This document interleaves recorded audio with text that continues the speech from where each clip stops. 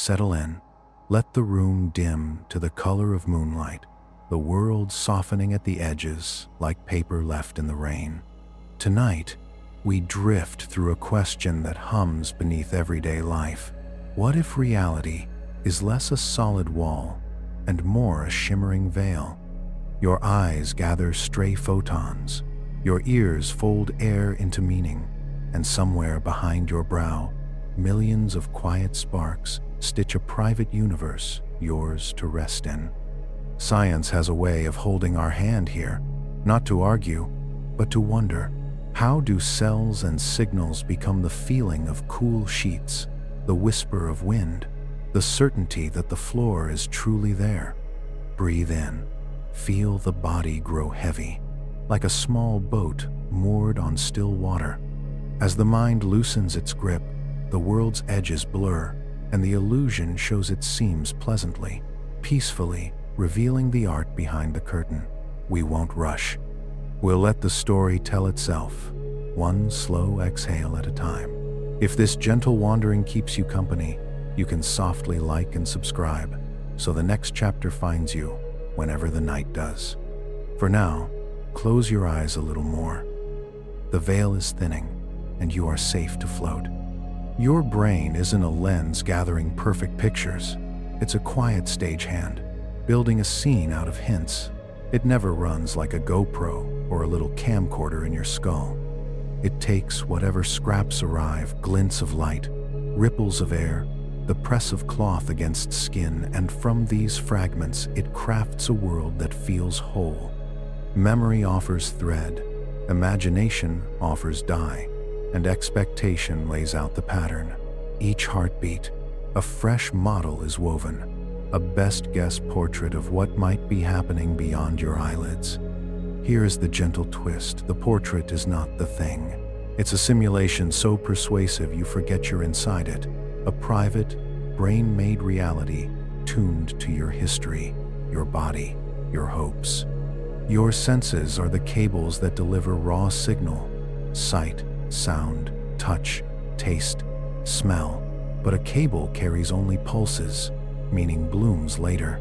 The creative labor happens in the dark workshop behind your forehead, where signals are decoded, sifted, compared to old templates, and nudged forward in time by predictions. Gaps appear constantly, far more often than you notice, and the mind smooths them away with educated guesses. Vision tells the story clearly. Light lands on the retina. Specialized cells translate it into electricity. Messages travel the optic nerve to the back of the brain, where the visual cortex starts sketching contours and shading in color, estimating distance, noting motion. A picture forms, not because the world marched in perfectly, but because the brain assembled enough to feel true. There is even a quiet hole in the map, where the optic nerve leaves the eye. No light-sensing cells live, a blind spot. Right in the middle of your view, information is missing. Yet no dark coin floats through your sight. The mind patches the blank with nearby hues and patterns, a tiny miracle performed so gracefully you never catch it in the act. The same seamstress touch extends far beyond that single gap. Many neuroscientists describe vision as prediction first and reception second. Higher regions send their expectations down, and incoming signals either confirm the story or force a small rewrite. Predictive coding, they call it, the brain forecasting what should be there, then correcting when reality disagrees, so you can move through the world without stutter or stall. Imagine stepping into your kitchen late at night. The room is dim, edges softened, corners pooled with shadow, yet you move with confidence. The counter is where it has always been. The fridge waits in its place. The floor meets your feet. At a distance, your muscles already know. Perfect input isn't required. Context and memory fill the map before your eyes have time to gather proof. Often, the system doesn't pause for confirmation at all. It simply assumes and flows. This is why visual illusions feel so deliciously strange. They reveal the scaffolding. In the Mueller-Lyer illusion, arrow-tipped lines tug your sense of length out of shape, even when a ruler would insist they match. In the rotating mask illusion, a hollow face turns, and your mind refuses to see the concavity. Faces, it has learned, tend to bulge outward, so it insists on a truth it prefers. Faced with conflict, the brain often chooses confident error over uncertain blankness. It is not stubborn, it is efficient, designed to keep you moving. The same choreography guides every sense. Sound is only shifting air, pressure waves stroking the eardrum. The ear translates vibration into signal. The brain turns signal into footsteps on the hallway tile, a laugh in the next room, a dog calling from outside, a violin leaning into a note. Interpretation is the magic. Timing, location, patterns stored from 1,000 similar moments, all of it folds together to announce, this is what you're hearing. Sometimes the prediction runs ahead of the mail carrier. You think your phone trembled against your leg, reach for it, and find silence, a phantom buzz. Expectation painted sensation where none arrived, a small, harmless ghost of the system's speed. Movement uses prediction too. As you take a step, the body sends reports from muscles and joints, skin and tendons, yet the brain doesn't wait at the door for those messages to return. It builds a forward model, a forecast of what lifting your foot and shifting your weight should feel like, and it compares the returning sensations to that draft. If they match closely enough, you glide. If they don't, the brain adjusts course on the fly. This is why your walk feels fluid instead of flickering frame by frame like a stop-motion puppet. Because the model is flexible, it can be fooled in curious ways. Picture the rubber hand illusion. Your real hand is hidden, a fake hand placed where your eyes can see it. Both are stroked in the same rhythm. After a minute or two, many minds knit the sights and touches together and claim the rubber hand as their own. Ownership shifts. The body map updates. No alarms, no drama, just a quiet adoption of a plastic limb because the simplest explanation fits the signals. This gentle power to remap is not limited to the borders of skin. It shapes space itself. You don't just register that a cup sits on a table. You experience cup on table within reach. Reachability is part of the perception. Psychologists call these possibilities affordances, the actions the environment invites. The mind doesn't only see what is, it sees what can be done. All of this could be chaos if not for the brain's careful gatekeeping. At every moment, torrents of data stream in far more than you could possibly carry into awareness. So the system trims. The refrigerator hum disappears from the front of your attention until it stops. The feeling of your shirt on your shoulders fades into the background until named. This is the housekeeping that keeps the room calm. Much of the sorting runs through the thalamus, the relay hub that decides which signals deserve a clear path upward. The prefrontal cortex, our attention's conductor, helps decide what earns the spotlight and what plays quietly off stage. What reaches consciousness is not an unedited feed. It's a curated highlight reel designed for usefulness. If the thought that your lived world is a brain-spun simulation feels unsettling, try turning it gently in your hands. It's not a flaw, it's an elegant strategy. You don't need every photon, every molecule, every vibration cataloged and cross-checked. You need a model that is close enough to steer by fast, adaptive, and good at hiding its seams. And for the most part, it succeeds with breathtaking grace. It braids sight and sound and touch into a single, seamless present, even though each sense travels at its own pace. Light outruns sound. Signals arrive on different schedules, yet the orchestra lands on the same beat. This is why the smallest lag between audio and video on a call can feel so uncomfortable. The spell falters, the instruments drift, and the mind notices the trick. For an instant, you're not meeting reality itself. You're meeting the version your brain can assemble in time. Most of the day, the illusion holds beautifully. That's the point. A skilled magician makes the method invisible, and the mind is a very skilled magician. So yes, in one sense, you live inside a bespoke, brain-built virtual reality. But that doesn't drain the color from experience. If reality is what you can perceive, think, and feel, then this gently constructed world is as real as a warm cup between your palms. The simulation is not a counterfeit. It's a home your nervous system builds for you, moment by moment, sturdy enough to live in and soft enough to dream through. Let that thought loosen the shoulders. Let it drift like a paper boat on a slow current toward the next quiet shore.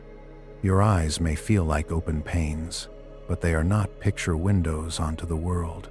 They're more like small docks where light pulls in for a moment, leaves a few crates of signals, and sails away. The world you experience is assembled upriver, past the harbor, where the brain keeps its quiet workshops. If vision were a live broadcast, you'd receive an unbroken feed in flawless resolution. What you actually get is more inventive. A carefully produced show, spliced from incoming hints and what your nervous system expects to find. Light enters, bends through the lens, and lands on the retina, where rod and cone cells change brightness and color into electricity. Those currents run along the optic nerve toward the back of your head, into the visual cortex, nestled in the occipital lobe. On paper, the route looks direct.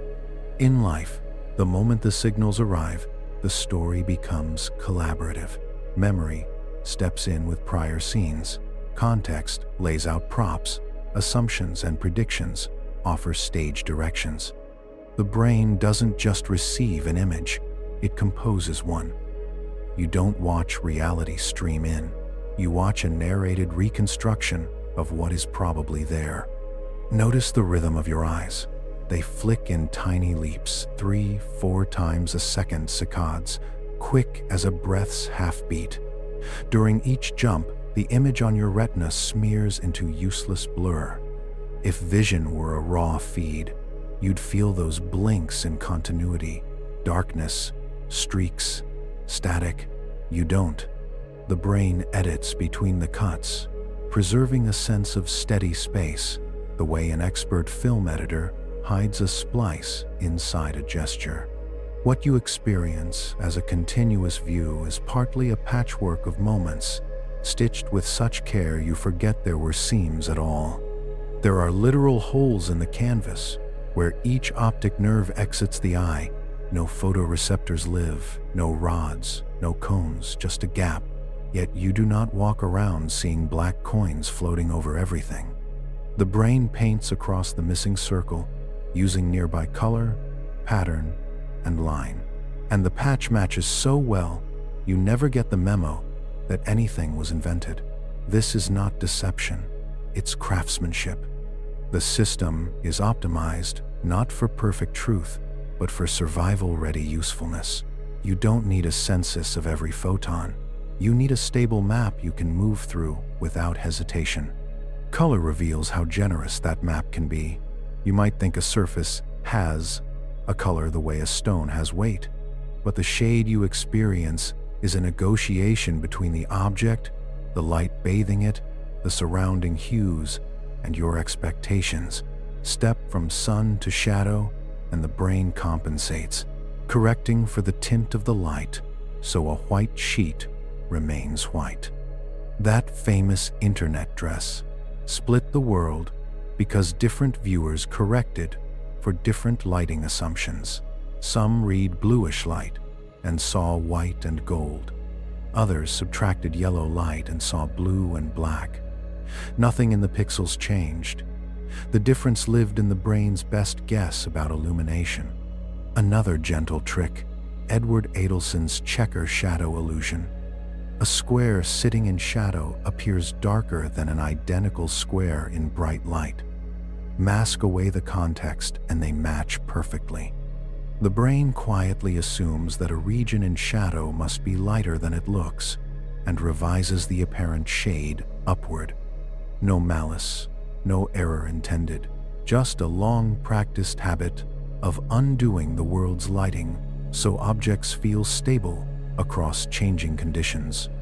The mind's goal isn't to tell you what light did, but what the thing probably is, which is far more practical for living creatures that need to judge ripeness, distance, and safety without a physics lab. Faces pull even more priority. We are exquisitely tuned to find them, not only in crowds, but in clouds and burnt toast, dashboard gauges, and house fronts. That compulsion has a name, pareidolia, and a neighborhood in the brain, the fusiform face area, deep in the temporal lobe. It flares for real faces and sometimes for convincing hints, which is why a few punctuation marks arranged just so can feel expressive. Your system reads a lifted brow or a tightened jaw in a fraction of a second, often before awareness catches up. Social life runs on such split-second reads, and the brain would rather risk a false positive than miss a warning or a welcome. When light thins, late hallway, quiet backyard, a room where the lamp has just clicked off, the predictive machinery leans harder on memory. A jacket becomes a crouched figure until your steps draw close. A sway of curtain feels like someone turning. Evolution wrote a small bias into the code. Better to misclassify a stick as a snake than the other way around. Anxiety, fatigue, expectation, all of them nudge the guesses. In this twilight, the brain sketches rapidly, then backfills with evidence if needed.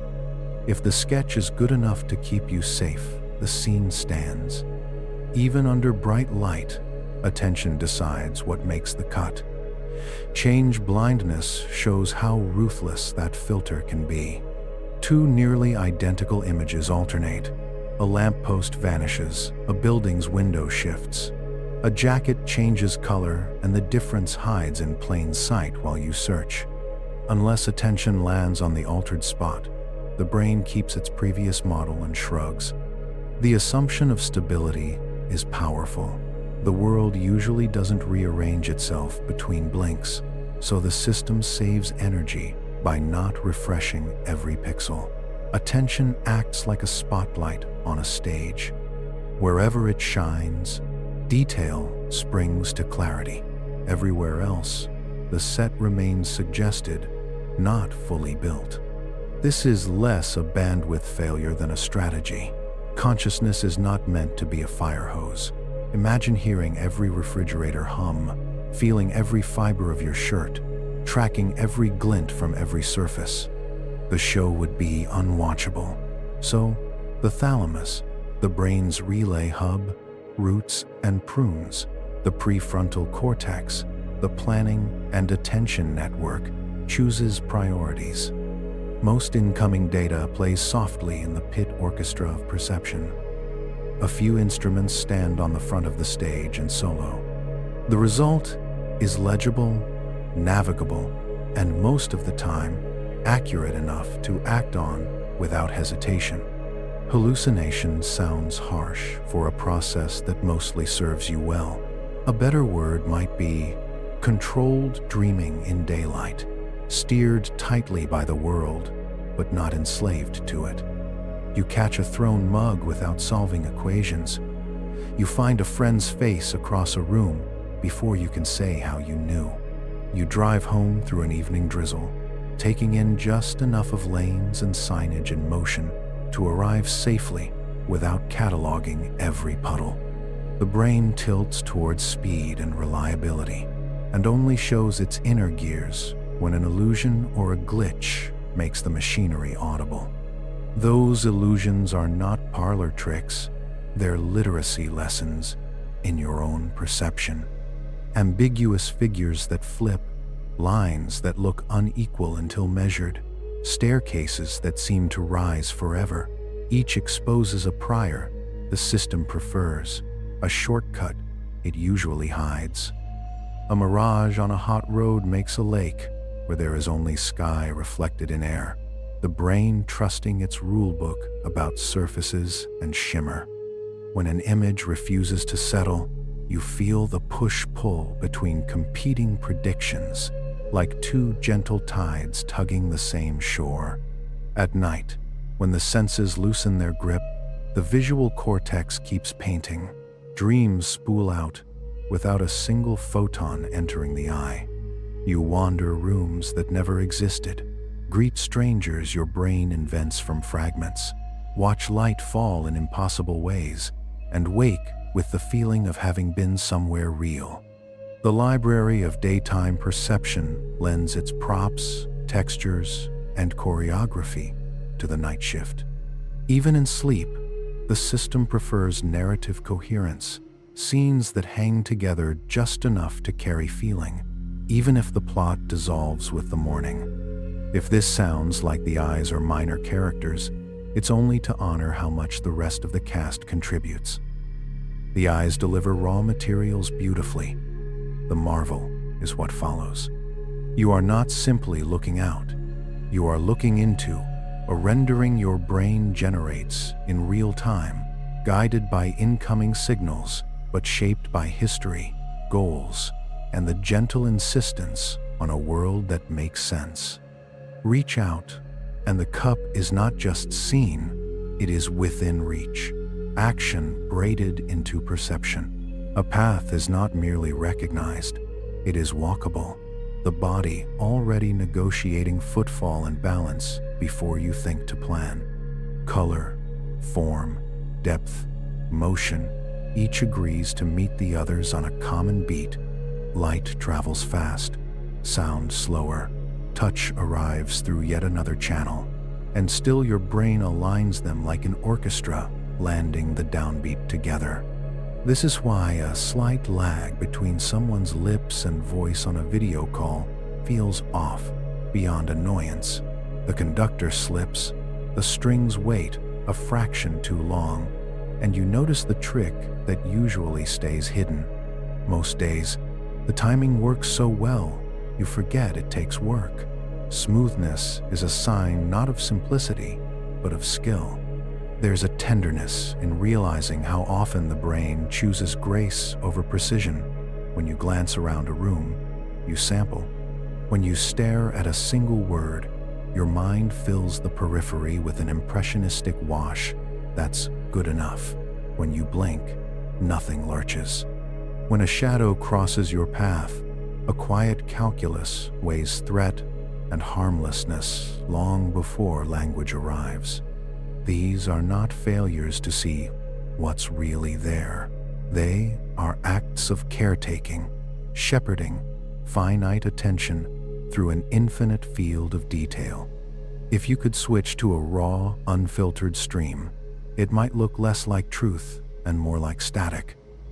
The brain's version, curated, corrected, lightly embellished, lets you live at human speed. It keeps you from tripping over the seams by coating them with narrative and expectation. It makes a coherent present out of past experience and current signal, a present you can inhabit without vertigo. And when the lighting grows soft and the day folds itself toward sleep, that same machinery slows its pace, keeps a night watch, and lets images grow gentler around the edges.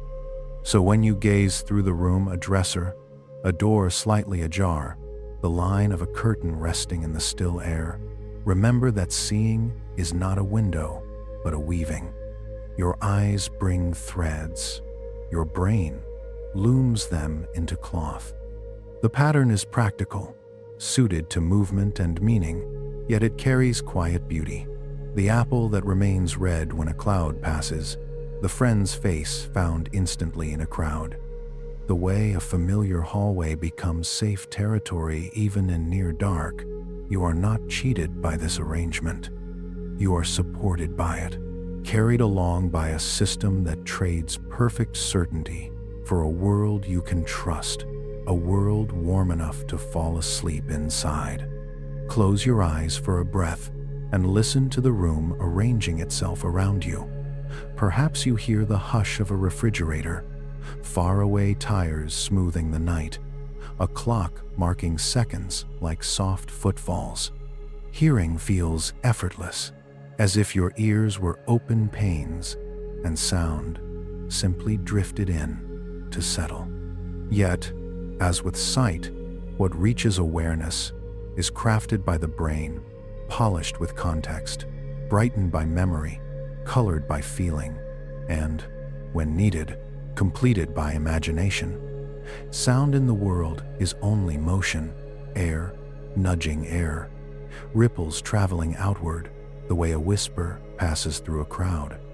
The mind takes these ripples and spins a story gentle enough to fall asleep inside. A wave begins with motion. It funnels through the ear canal and trembles the eardrum. 3 tiny bones, the malleus, incus, and stapes, lean into one another and amplify the tremor, passing it inward to the cochlea, a spiral grotto where fluid flows and thousands of delicate hair cells bend like reeds. When they sway, molecular gates open, chemistry becomes electricity. Signals hurry along the auditory nerve toward the thalamus, the relay that chooses which messages receive a clear path. From there, they reach the auditory cortex, a ribbon of tissue that does far more than play back a recording. This is where the raw pulses are arranged into something you can live by. A door closing, a kettle sighing, a friend saying your name. What comes next is more creative than it seems. The brain doesn't merely receive, it composes, it separates, and groups and guesses. It compares incoming patterns to a library of moments you have heard before. It predicts what should come next, and, when a hole appears, it quietly fills it. The result you experience as sound carries where it came from, what it might mean, whether it deserves your attention, and how you should feel about it. Speech makes the artistry clear. Everyday conversation is a continuous river, without tidy spaces between words. Yet you hear syllables, then words, then ideas, as if they had arrived pre-cut and labeled. Your brain does the cutting. It does it so smoothly you forget there was a river at all. There's a gentle demonstration called phoneme restoration. Place a cough or a burst of noise over a single sound in the middle of a word, and most listeners still report hearing the entire word. Context rebuilds the missing piece. The mind hands you an unbroken sentence, as if nothing were lost. Another favorite, the McGurk effect, reminds us that hearing is a group project. Watch a mouth shape one syllable while the audio quietly delivers another, and your perception fuses the two into a third thing that fits neither perfectly but feels plausible. Eyes and ears meet halfway because your nervous system craves coherence more than it craves truth. It would rather be gracefully wrong than helplessly unsure. This merging happens constantly. Lip movement, breath, eyebrow, timing. Each cue lightens the load of understanding. You feel the effort only when those cues are gone. A voice-only call in a noisy room makes your mind labor. Without the scaffolding of a visible face, interpretation becomes heavier work. And when sight and sound disagree about location, another illusion strolls in, the ventriloquist effect. A puppet's painted mouth opens, and, despite what you know, the voice that comes from the performer seems to bloom from the puppet. The brain chooses a neat story over a complicated diagram of reality. Neat stories help you act. Diagrams slow you down. Meanwhile, your head is quietly triangulating. Tiny differences in timing between the ears help you aim attention. Slight differences in loudness add depth. The shape of each outer ear imprints subtle filters that hint at height and at front versus back. Echoes are downweighted by a helpful habit called the precedence effect, so you can trust the first arrival and let the room's jangling afterthoughts fade into texture. All of this unfolds before you can name a single mechanism. Speed is hearing's secret advantage. Subcortical pathways react in a few dozen milliseconds, faster on average than vision's sweep. It makes sense. Sound warns from behind, around corners, in the dark. A twig snaps, a voice rises, a branch scrapes the window. Better to prepare now and revise later than to explain slowly while danger decides for you. Urgency couples hearing to emotion. The amygdala, an almond-shaped watcher, links closely with auditory circuits. Certain timbres and sudden onsets grab attention and quicken the pulse, especially those our ancestors survived by noticing. A baby's cry, a scream, a crack in the underbrush. But sound is not only alarm, it is invitation and joy. Music shows the other half of hearing's power. When you listen, your brain keeps time, sketches harmonic paths, and wagers softly on the future. A cadence lands where you hoped, and the body sighs with satisfaction. A turn you didn't foresee but secretly wanted blooms, and goosebumps rise like fields in wind. This sensitivity appears early. Even infants notice when a note in a simple pattern refuses to behave, and they relax when a lullaby repeats a kindly phrase. Chemistry leans in as well. Reward circuits release dopamine when musical expectations are met or artfully delayed. Slower, soothing patterns can help serotonin settle mood and tension. The rhythm you sway to becomes, for a moment, the rhythm your heart adopts, and breathing follows like a calm companion. Music is not simply heard, it is embodied. It warms rooms, stitches gatherings together, and turns solitary nights into company. In the quiet before sleep, a gentle melody can become the softest bridge from waking thought to drifting dream. Think of the human voice, that most intimate instrument. Words carry only part of what is said. Tone and pitch, the music of pauses, the texture of breathiness or brightness, these slip beneath conscious parsing and color meaning. You can hear fatigue in a single hello and friendliness in a laugh that barely lifts. You sense hesitation in a pause long enough to notice, sincerity in a sigh that arrives before the sentence. Your brain is a patient eavesdropper on nuance, reading sentiment between the waves and drawing maps of intention before your conscious mind writes a caption. Among the many sounds competing to be heard, your own name has a special pass. Even in a crowded room, a distant mention can slice through the babble and reach you. Psychologists nickname this the cocktail party effect. Part of your attention is always roaming, quietly monitoring for personally relevant patterns. Your name, your child's cry, the ringtone you chose and ready to swivel, spotlights the instant something familiar appears. Without this filtering, every tick, hum, rustle, and footstep would demand equal billing. Life would be static, not song. Filtering is the gentle miracle that keeps sound from flooding the mind. The thalamus roots and prunes. The prefrontal cortex helps decide priorities. Attention is a movable lantern. The brain widens and narrows listening, foregrounding a voice, backgrounding the fridge, letting footsteps become scenery until they matter.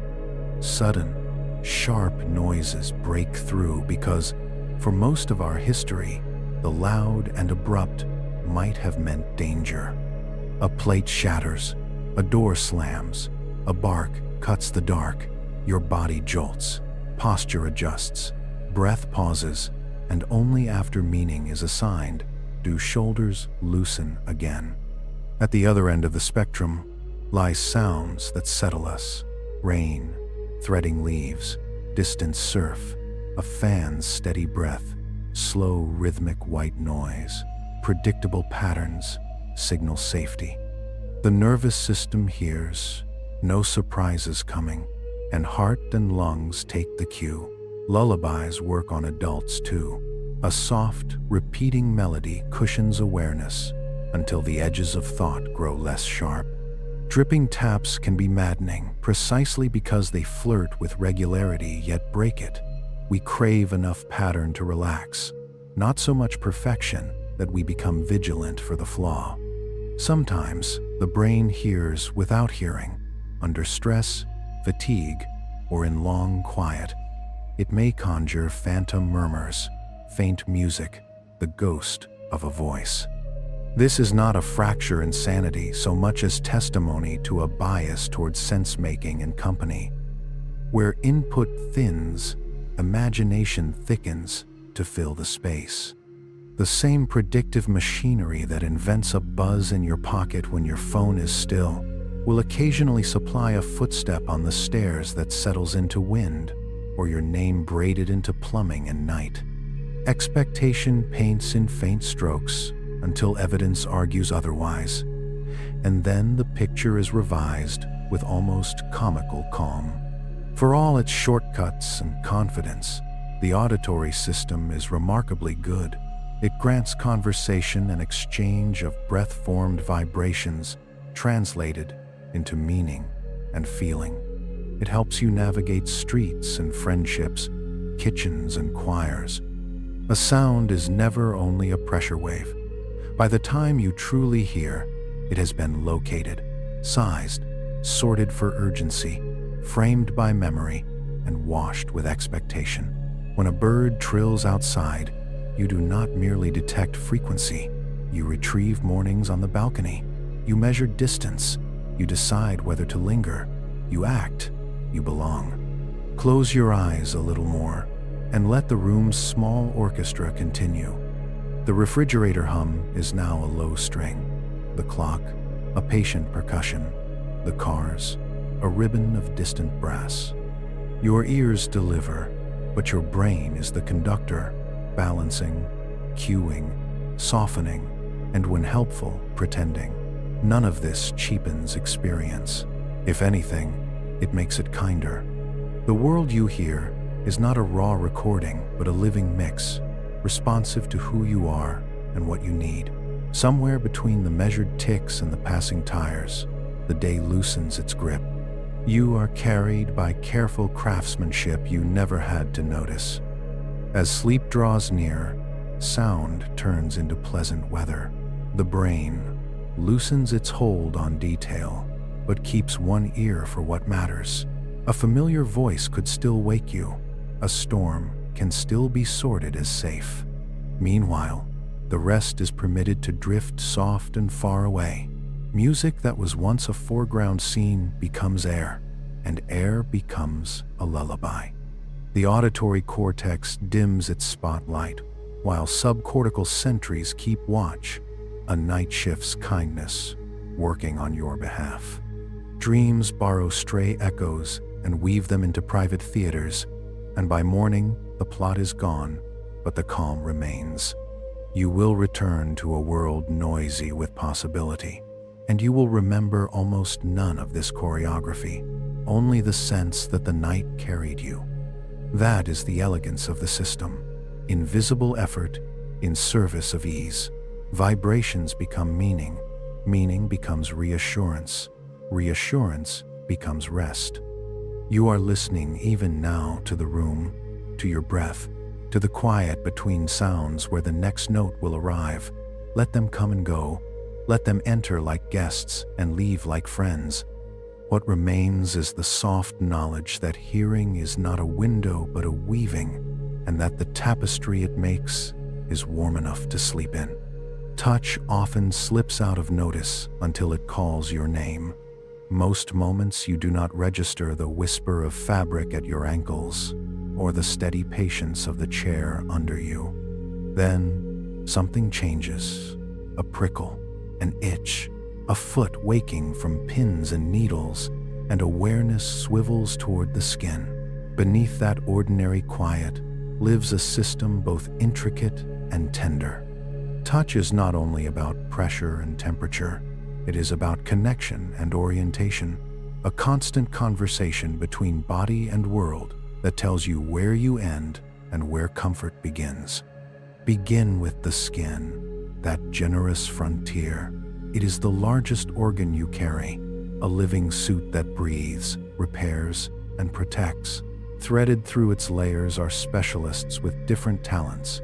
Mechanoreceptors listen for edges, texture, stretch, and vibration. Thermoreceptors notice warmth and chill. Nociceptors cry danger when tissue is threatened. Deeper still, muscles, joints, and tendons host sensors that report position and force, feeding a sense called proprioception, the felt map that lets you touch your nose with eyes closed and trust your hand will be there. Signals from the skin do not travel alone. They ride through peripheral nerves to the spinal cord and upward, branching and converging as they go. Reflexes leap when speed matters. By the time information reaches the thalamus, and then the somatosensory cortex, a strip of brain that maps the body's surface, the message has been sorted, compared, and prioritized. The mind does more than list the facts of contact. It asks how, and who, and why. A sharp corner wraps your shin, and the system prioritizes withdrawal. A palm resting on your shoulder recruits another circuitry, one that mixes safety with warmth. Context and intent shape sensation the way light shapes color. Some fibers conduct at high speed, offering crisp detail for edges and texture. Others meander more slowly, tuned for soothing, lingering touch. Social touch deserves its own candlelit room. Slow, tender strokes along the forearm recruit a set of unhurried nerve fibers known as C-tactile afferents. Their messages arrive not only in the somatosensory cortex, where location and pressure are mapped, but also in regions that govern emotion and bodily feeling, such as the insula and the anterior cingulate. A loved one's hand becomes more than skin on skin. It reads as safety, solidarity, and permission to soften. From our first hours, touch writes the early chapters of comfort. Newborns settle against warm chests, heartbeats syncing like metronomes. Premature infants who receive consistent, gentle contact tend to gain weight more quickly and stabilize more readily. We are social mammals. Contact is a language older than words, a requirement as basic as nourishment and sleep. Proprioception, meanwhile, hums like a constant background instrument, essential and almost invisible. Close your eyes and touch your nose. Lift an arm and find it where you expected. Walk across a room without watching your feet. This sixth sense is not mysticism. It is the flow of position reports from sensors threaded through muscle and joint. When this stream falters because of illness or injury, even simple actions become slippery. People who lose proprioceptive input often must watch their limbs to move them. They describe motion as foreign, like piloting a remote machine. Taste and smell are sometimes treated like supporting characters, but they are the most intimate senses. Sight and sound arrive from a distance. Flavor requires contact. The tongue hosts taste buds that recognize 5 primary notes: sweet, salty, sour, bitter, and umami. The savory roundness of broths, soy sauce, and aged cheeses. Each serves a purpose. Sweetness flags quick energy. Saltiness helps balance electrolytes. Sourness can warn of fermentation or unripeness. Bitterness often cautions against toxins. Umami points toward protein and nourishment. Yet, taste alone is a small palate. Most of flavor rises from smell. As you chew and breathe, delicate molecules travel from mouth to nose through the back passage, a shortcut called retronasal olfaction. With a cold, that route narrows, and suddenly a favorite soup seems to have lost its story. The taste buds still fire, but without aroma, the world of flavor goes flat, like a song played on a single string. Smell is unusual in the brain's geography. Unlike many senses, its primary signals route directly to regions entangled with memory and emotion. The amygdala and the hippocampus before tidy relays gather the news. That is why a whiff can unlock a season.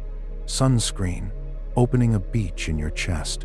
Rain on pavement, summoning a childhood walk.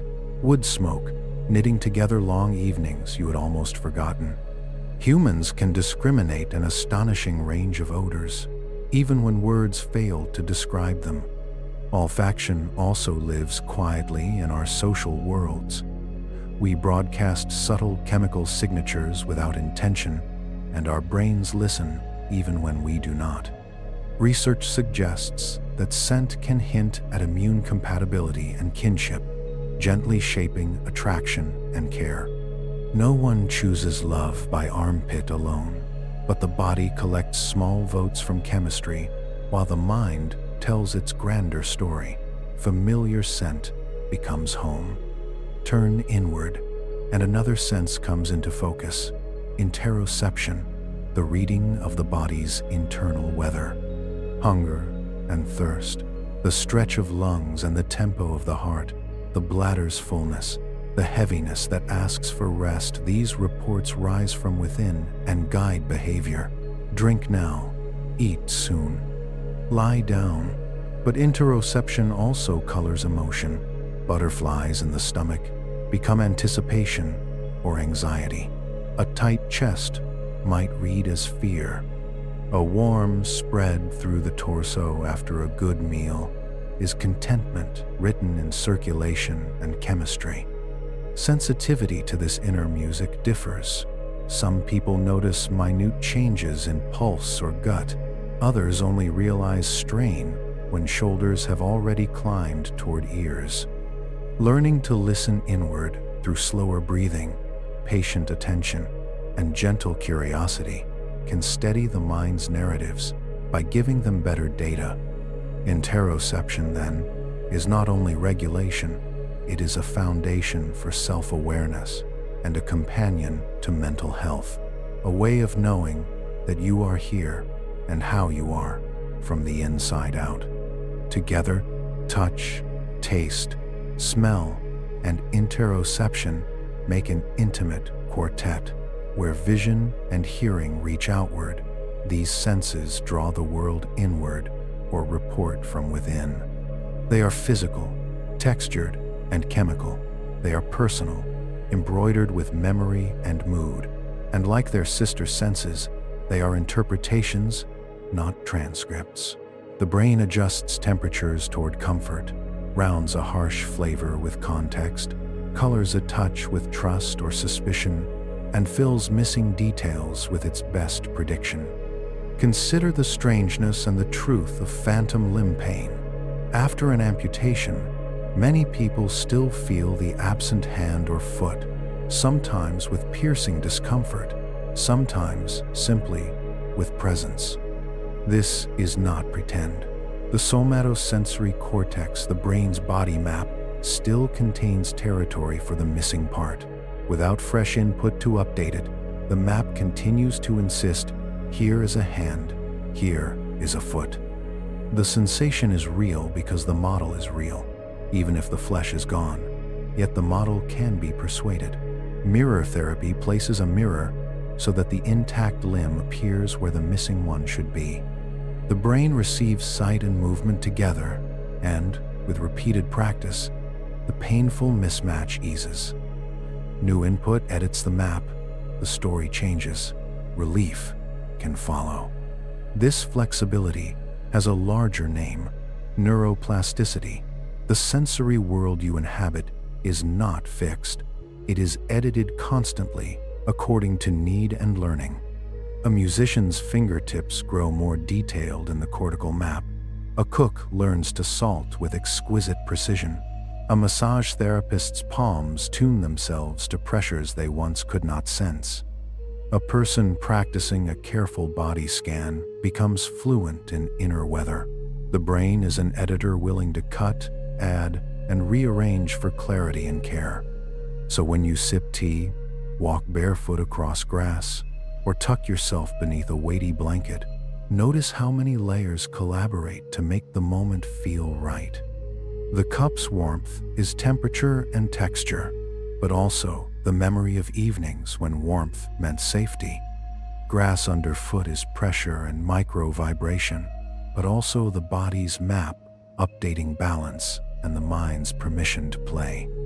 The blanket is weight and friction, and it is permission to rest, a physical hush draped over the day's noise. You are not simply touching the world is touching you back, and your nervous system is composing a story about the meeting. The words are written in receptor firings and traveling impulses. The sentences form in pathways both old and newly strengthened. The tone is colored by who stands beside you and what you have carried this far. The story is not perfect truth, it is generous truth, softened at the edges where kindness helps. And somewhere inside this living narrative, you find enough certainty to loosen your grip and exhale. As night gathers, the orchestra quiets but does not end. Skin still reports, but with less insistence. Smell drifts in small currents from pillow and room. Taste lingers in memory. The brain keeps watch, revising models with slow strokes, letting unnecessary alarms fade while leaving the door open for what matters. In that dark kindness, sensation becomes a cradle. Memory isn't a dustless library lined with precise ledgers and obedient shelves. It's a warm, bustling kitchen at dinner time, pans clattering, herbs bruised between fingers, cooks reaching for whatever is close. Your mind doesn't pull pristine volumes from a filing cabinet. It tastes, remixes, and plates from scraps and staples. Each time you remember, you cook again. Seasonings drift, ingredients change. The recipe bends to the appetite of the moment, and somehow the dish still feels like home. That can sound unsettling if you pride yourself on recall, but it isn't a flaw. It's kindness. The brain cares less about perfect transcripts and more about usefulness. If accuracy ruled your inner world, you'd be stalked by every awkward pause and retired phone number since childhood. Instead, memory serves navigation. It helps you learn, anticipate, choose, and keep a coherent sense of who you are as the light shifts from afternoon to night. A memory begins in the bright world with encoding. You hear a song, taste a slice of cake, meet someone new. Attention acts like a moving spotlight. What it touches, it deepens, and what it leaves in shadow may never arrive at all. Signals stream into different neighborhoods. Visual traces settle into visual cortex. Emotional color washes through the amygdala. Context stamps bind in the hippocampus. Think less warehouse and more city at night, a lattice of streets lighting together. Your grandmother's kitchen, for instance, isn't shelved in one place. It lives as the clatter of lids, the bend of yellow light on tile, the cinnamon in the air, and the felt certainty that you were loved, distributed traces that flare together when called. Storage, if we keep the kitchen metaphor, is mise en place in motion. Containers slide, labels smudge. A favorite jar migrates to a new cupboard because it's easier to reach. Then comes retrieval, which isn't the turning of keys in a vault, it is reenactment. You call the network and it lights again, neurons reforming a scene the way a choir finds harmony after a long breath. Because the performance is live, it changes. A detail drifts, a corner brightens. You emphasize one line and let another fade back into quiet. Next time you remember, you'll partly be remembering this very retelling memory, reconsolidated, gently edited, and reserved. This fluidity has consequences. People can confidently recall things that never happened, especially when suggestion arrives wrapped in trust. A story told often enough garnishes itself. In classic studies, gentle prompts planted episodes like getting lost in a mall. Participants supplied textures, colors, and feelings that felt entirely their own. Eyewitness testimony, though revered, is a stage sensitive to lighting and script. Two people watch the same scene and later report different truths. Even the wording of a question nudges perception. Ask about the broken headlight, and a headlight may appear that never shattered. It isn't lying, it's a brain smoothing rough edges to preserve a coherent tale. Emotion is a sharp chef's knife, sharpening, shaping, sometimes slicing too much.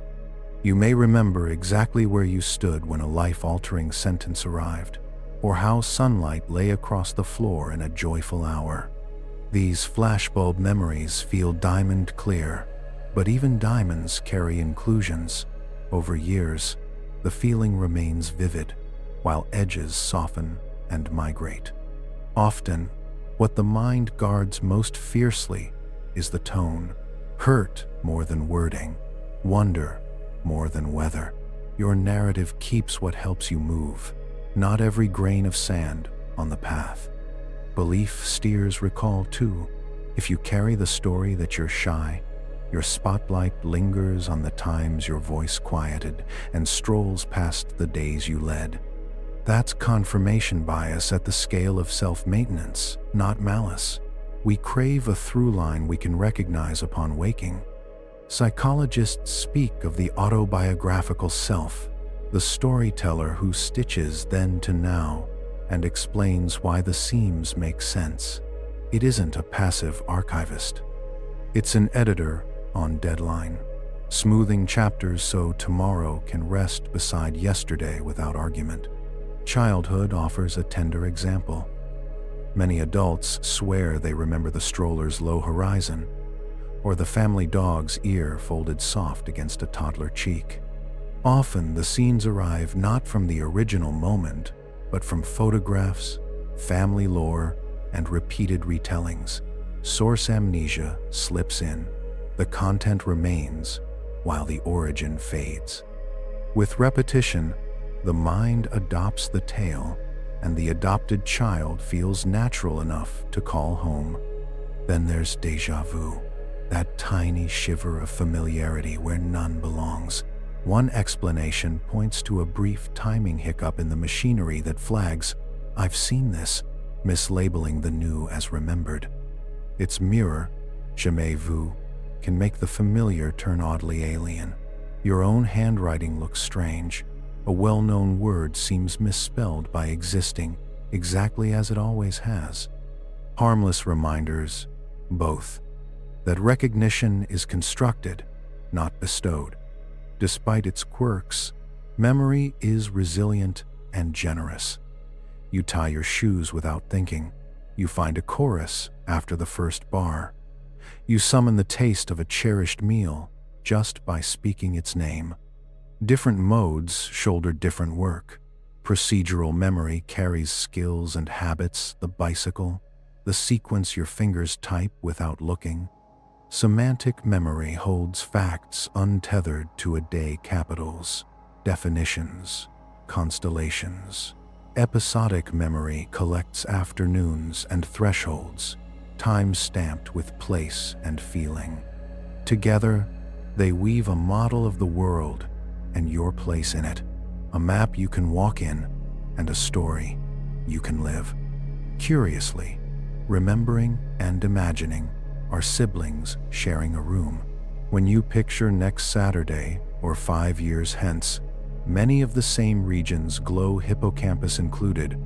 The constructive episodic simulation idea gives this a name, but you feel its truth whenever you rehearse a conversation, plan a route, or daydream a trip. The brain borrows past scenes to build plausible futures. Reuse good parts, swap what needs updating, test the assembly in your head before you lift a finger.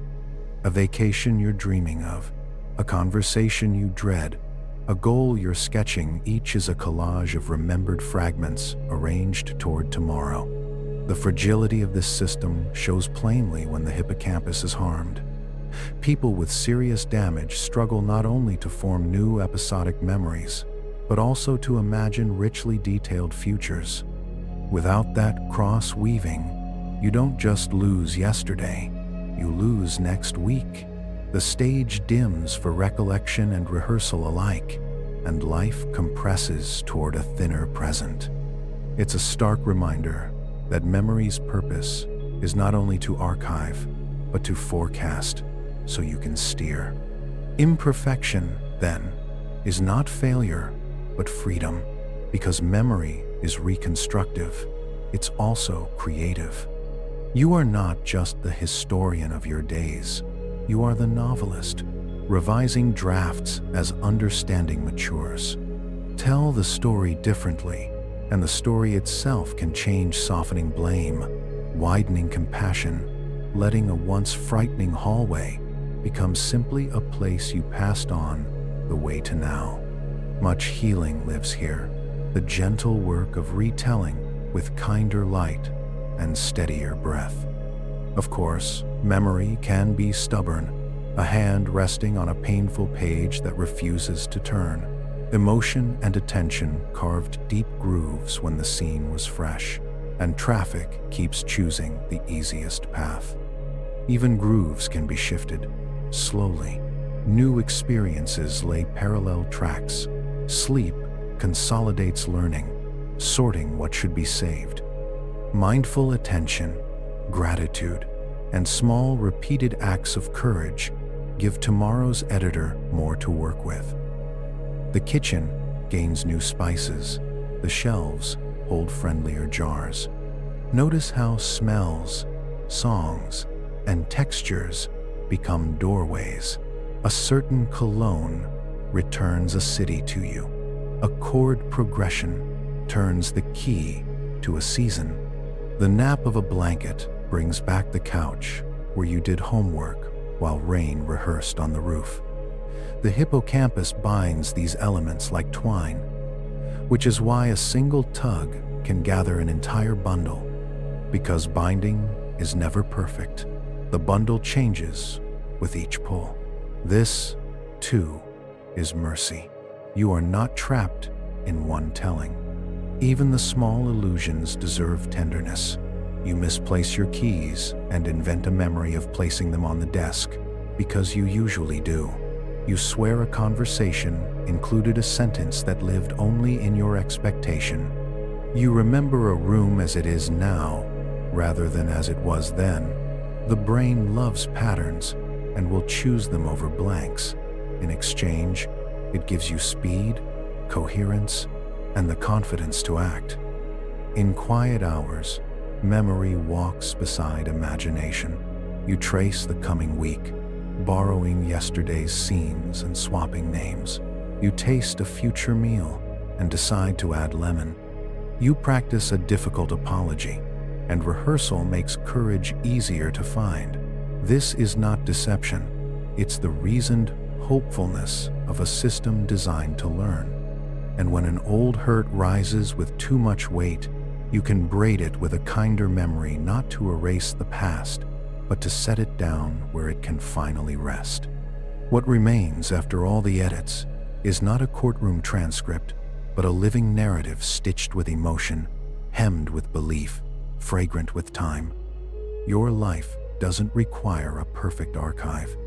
It asks for a story that helps you steer, a story gentle enough to let you rest. So when a moment returns, let it arrive like steam from a pot. Breathe it in. Notice the seasoning has changed. Thank the version that kept you safe, and allow the new one to feed who you are becoming. Accuracy matters sometimes. Usefulness matters always. And kindness to your own, remembering, matters most. Close your eyes and set the question down like a cup on the nightstand. Who am I, really?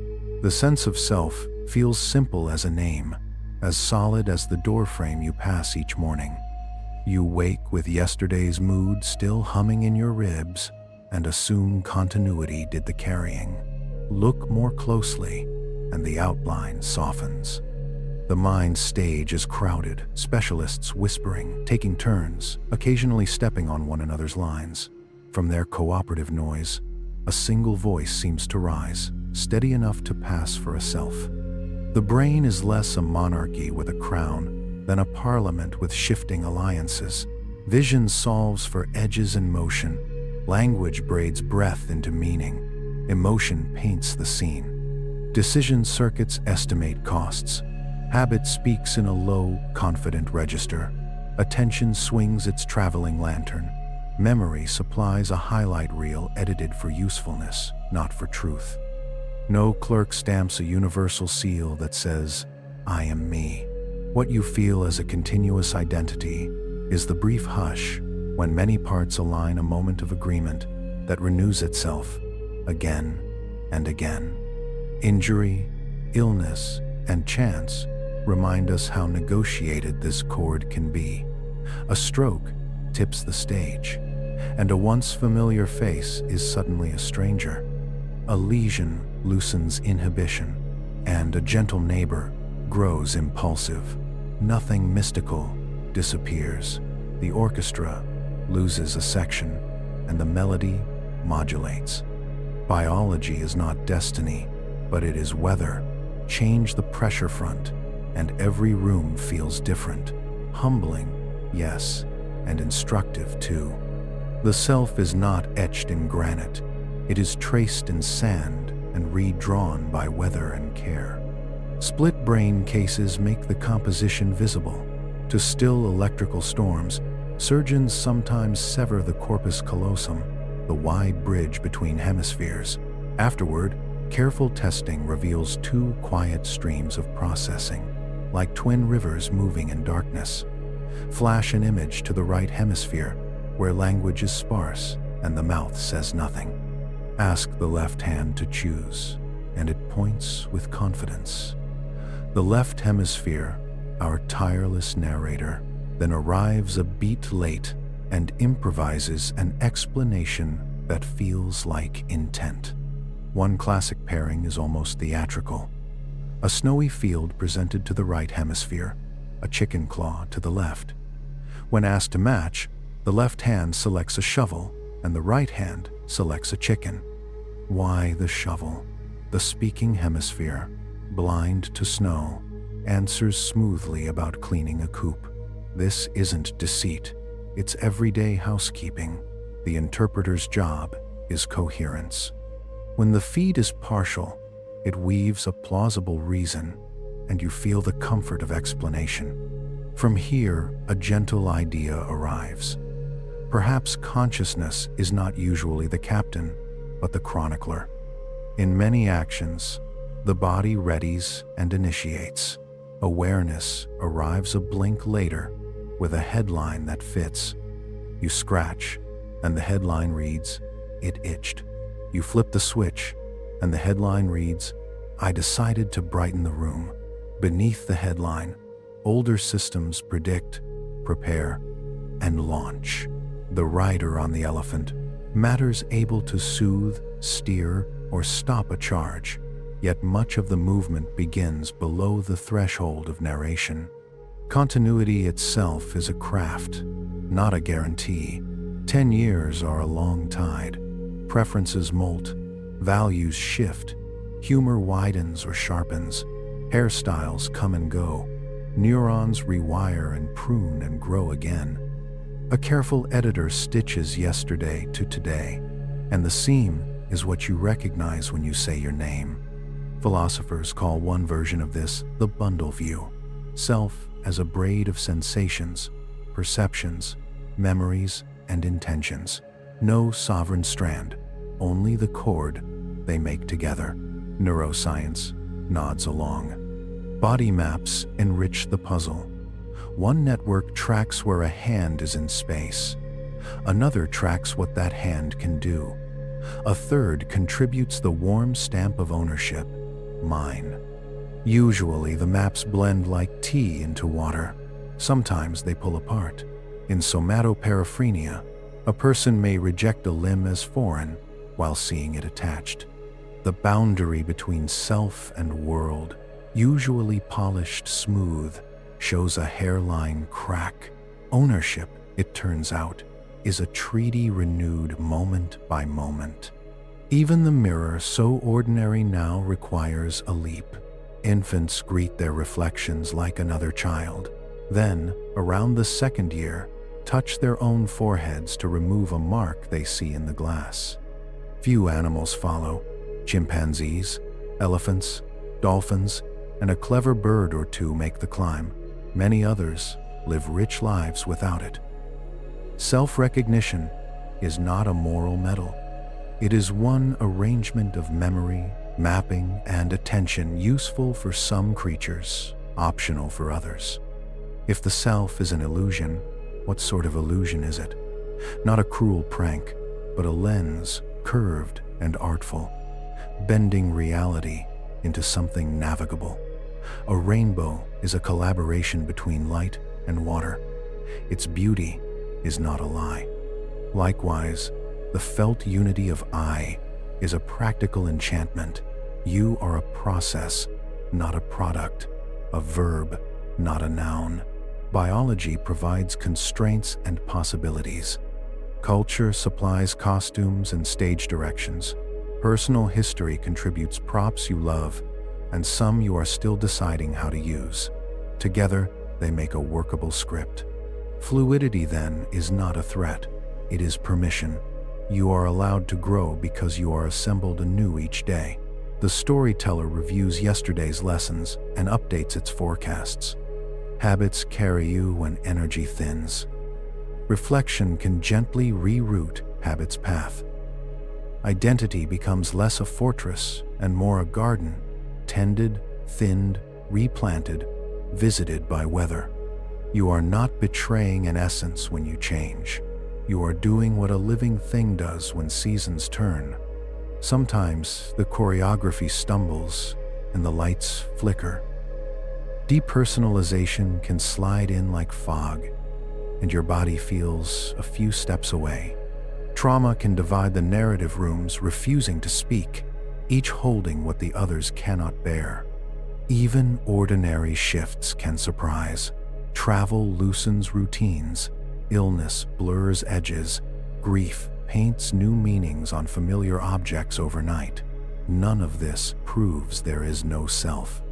It shows the self is active work, resilient, revisable, vulnerable, and capable of repair.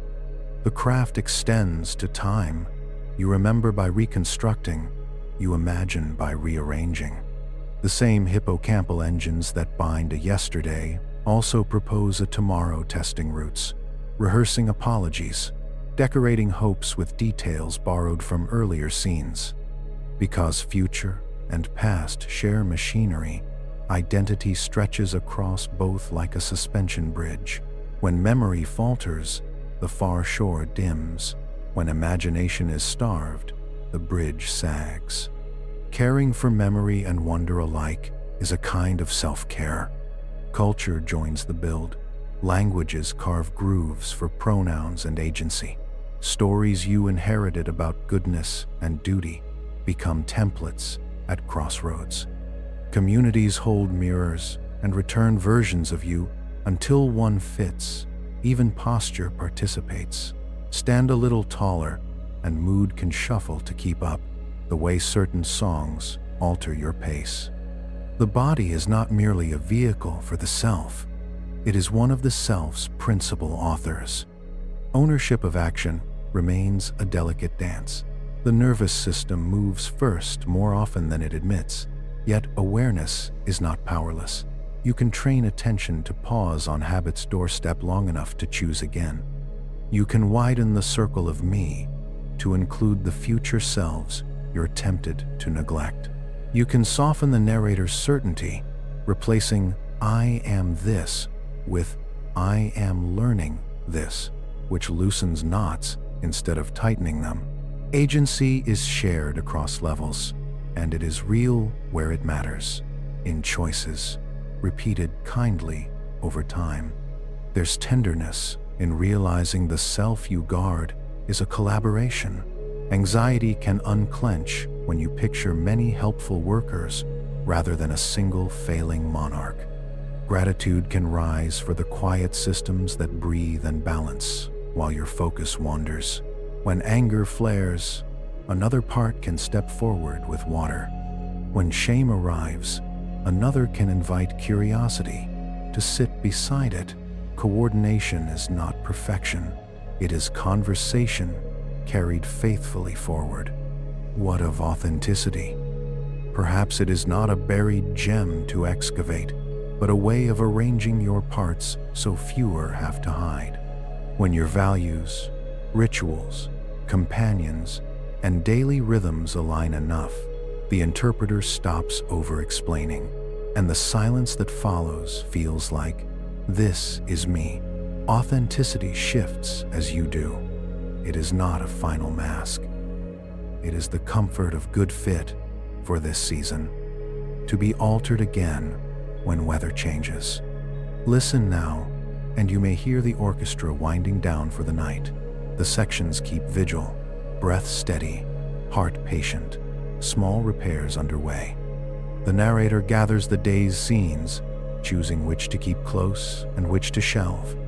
Tomorrow you will wake, and the chorus will reassemble, tuning to the light, ready to perform another seamless self.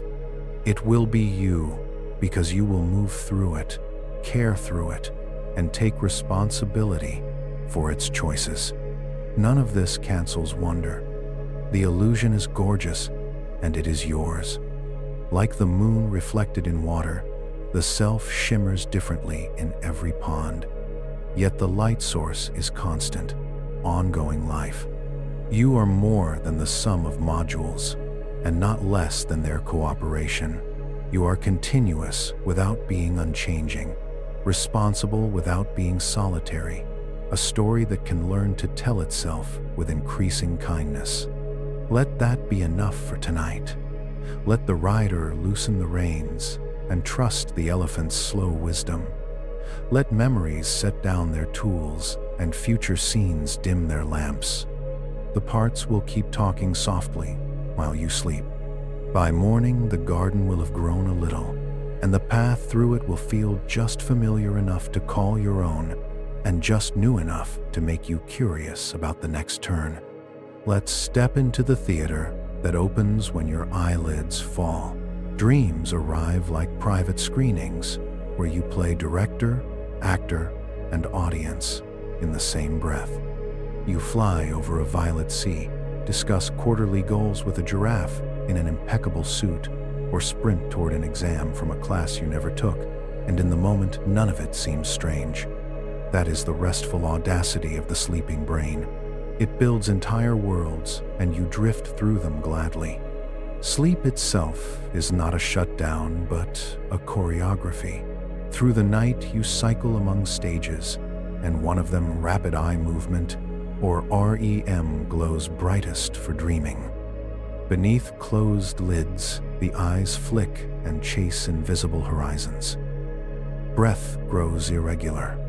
Most skeletal muscles go kindly offline, a protective pause so stories don't spill into motion. Meanwhile, electrical patterns in the cortex surge to waking-like levels. If you peered only at the rhythms on a screen, you might swear the person was awake until you noticed the exquisite stillness of their body. something curious happens to the cast of brain regions. Circuits for logic and self-monitoring dim their lamps, while areas for emotion, vision, and memory turn vivid. The result is a mental studio where realism yields to intensity. Continuity loosens its belt. Creativity takes the wheel with a grin. One influential idea, the activation synthesis story, imagines the brainstem tossing up sparks of random activity that the cortex stitches into a narrative quilt. The lines don't need to track perfectly. They need only to feel true enough to carry you to the next scene. Another view suggests rehearsal. Threat simulation theory proposes that dreams offer a safe training ground for difficult moments, chases, falls, social knots, so practice is logged without risk. Whether or not this was the original evolutionary bargain, anyone who has bolted upright from a pursuit that never happened knows how convincing the drill can be. Either way, dreaming is braided tightly with memory. As the night ripens, the brain consolidates the day, strengthening certain traces, softening others, weaving new learning into older stories. It is like tidying its shelves while throwing a masquerade in the stacks. Sometimes, the watcher inside the dream remembers itself. Lucid dreaming is that bright interval when you realize, within the story, that it is a story. The prefrontal cortex, drowsy during most REM, perks up enough to lend perspective. People train for this with simple rituals, reality checks in daylight that hitch a ride into sleep. Hands sprout too many fingers, clocks dissolve their numbers, a light switch refuses its duty, and recognition dawns. Lucidity doesn't guarantee control, but it often grants the ability to lean the dream toward flight or dialogue or calm water. The seam between sleeping and waking is thin, and now and then it snags. In sleep paralysis, the mind blinks awake while the body's REM atonia lingers. You lie present and powerless. The shadows seem to gather. A presence breathes at the edge of the bed. Cultures have named this sensation for centuries-old hags and night riders, but the modern account is kinder, a transitional glitch, vivid and temporary. When the motor system re-engages, the room becomes a room again. Most mornings, dreams evaporate quickly. Chemistry explains part of the vanishing act. Neurotransmitters that help encode lasting memory drift low during REM. Unless you wake in the middle of a scene or reach for a pen at once, the narrative thins like fog in sun. A journal beside the pillow can change this. Attention is fertilizer for recall. Within weeks of jotting, many people notice dreams unfurling with brighter color and steadier edges. Themes recur across languages and lifetimes. Flight that loosens the ribs, falling that grips the stomach, running that never quite becomes speed, teeth that surrender, clocks that betray. Sometimes symbols bloom, sometimes a missed bus is simply the mind replaying a day of hurries. The point is not to force a single codebook over the night, but to listen for how the dream felt and what it offers your morning. The grand old theories cast long shadows. Freud's cabinets of hidden wishes have mostly been retired from the lab, yet the gentler core remains. Dreams reflect the currents of inner life. Modern work leans on prediction and simulation. In daylight, perception is a negotiation between top-down expectation and bottom-up input. Senses keep score on whether your brain's story fits the world. Dreaming severs much of that feedback. No photons land on the retina, no joints report position. The vestibular system stops anchoring balance. Unchecked by the outside, The brain supplies its own data from memory and desire and fear, a self-contained virtual reality that feels persuasive because there is nothing to contradict it. This freewheeling studio can be surprisingly useful.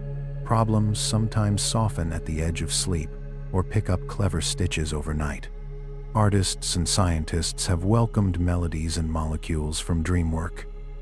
Writers have woken with a sentence that unlocks a chapter. Perhaps the gift is simple. In the loosened logic of REM, ideas meet that never share a table by day. The mind discovers shapes it didn't know it was holding. Not every night gift is kind.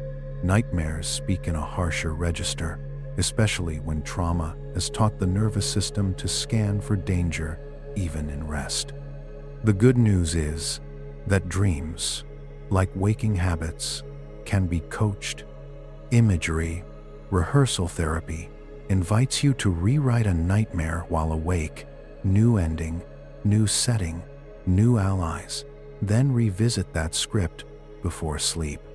Over time, the dream often follows the gentler path. Frequency fades, and the heart learns that it is safe to stand down.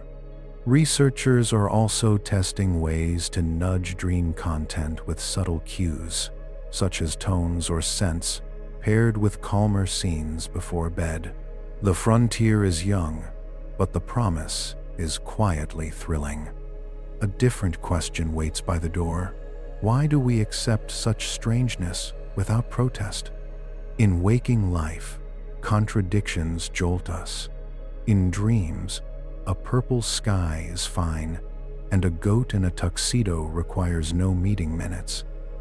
Part of the answer is that self-monitoring circuits are tuned low during REM, and part is that the brain's priority shifts from external accuracy to internal coherence.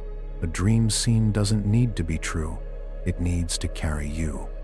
The moment you wake, the filter flips back on, and the plot holes gape with lovely absurdity. Dream recall, like any craft, improves with attention and kindness. Wake slowly when you can, keep still for a breath, and ask, where was I just now? Notice textures before titles, the weight of air, the color of light, the feeling of being chased or chosen or ready. Write a line or two without criticism. You're not producing literature, you're building bridges between modes of mind. All of this loops back to the larger theme humming beneath our nights and days. Reality as we experience it is a construction. In waking, the build is constrained by sensory checks. In dreams, the scaffolding relaxes and imagination runs the site. Yet both are sincere worlds the brain assembles for your use. One keeps you from walking into a table. The other lets you practice forgiveness, gather courage, and play with the possible. When morning comes, you carry more than a handful of fading images.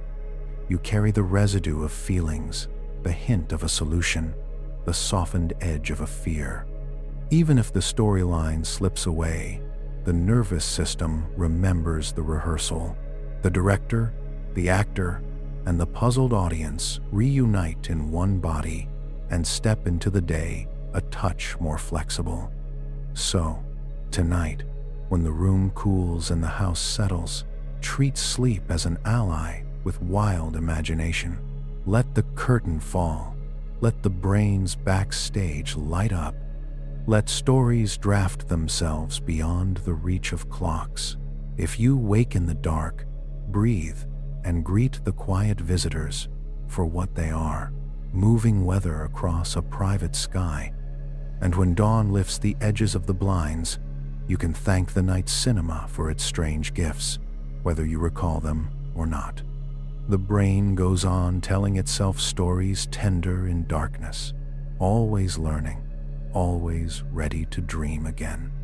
There is also the quieter half of the night, the cycles when REM yields to slower, deeper waves.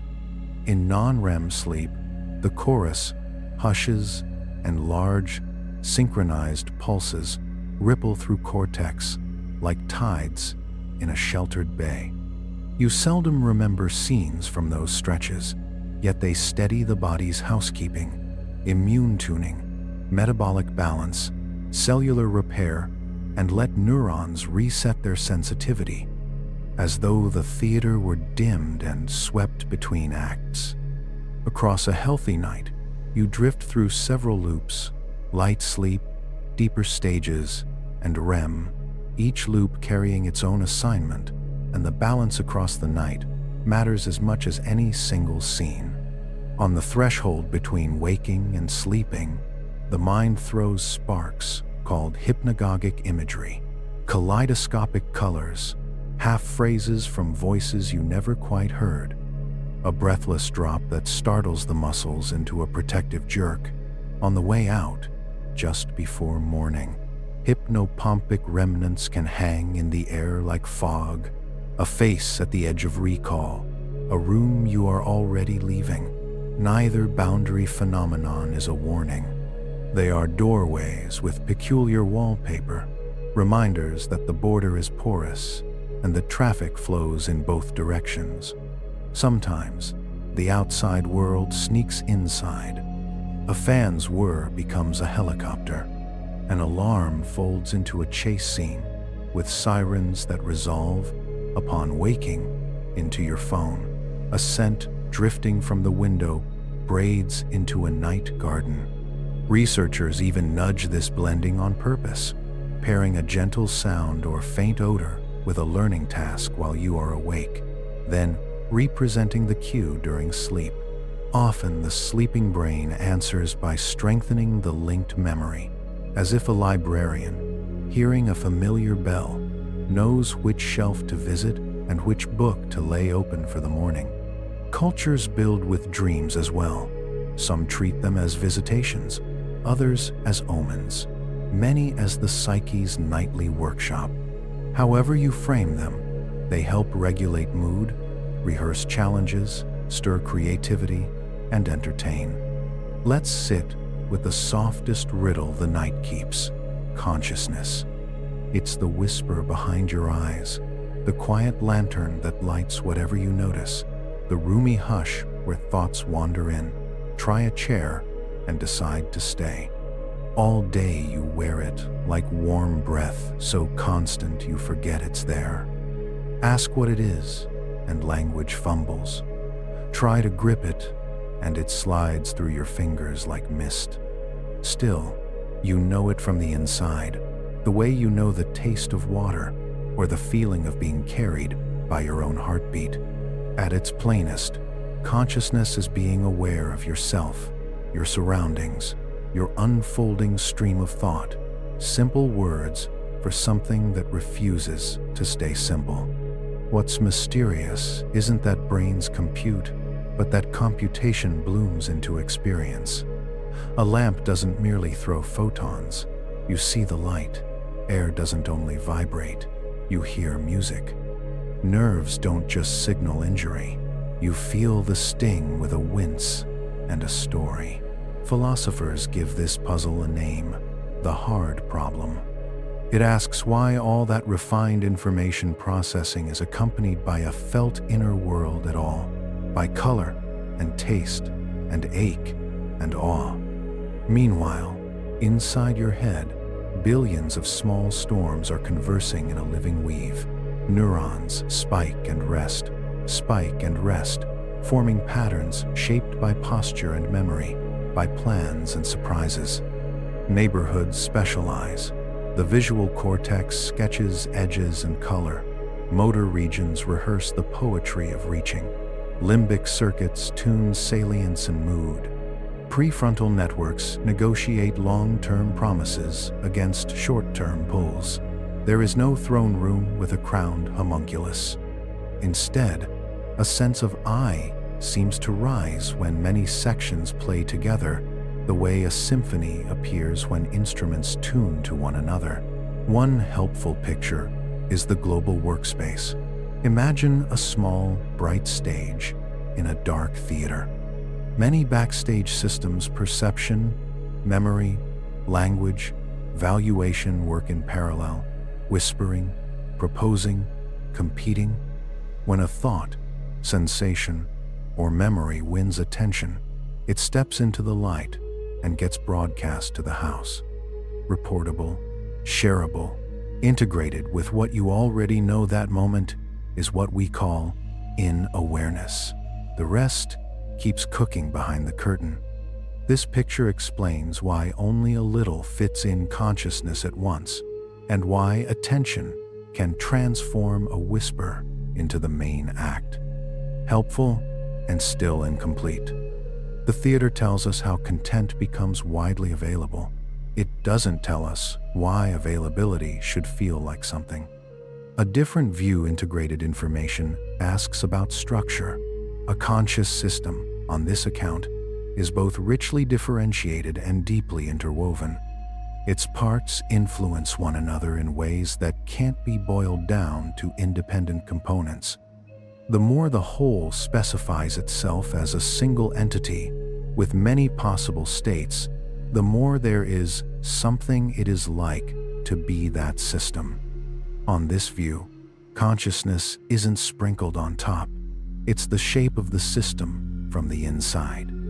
Another family of ideas insists on a mirror. Higher-order theories suggest that awareness requires not just a state, but a thought about that state. Not only pain, but I am in pain. Not only a color, but I am seeing blue. Self-reference becomes a quiet narrator, adding perspective that turns raw happening into felt experience. Perhaps these views are partners rather than rivals. Integration builds a canvas with connected detail. Higher-order reflection writes mine along the edges, so the picture belongs to you. Degrees likely matter. A fish doesn't ponder politics, yet it probably experiences the cool push of water and the quick tug of thread. An infant can't speak, yet wide eyes already reveal surprise, preference, and comfort.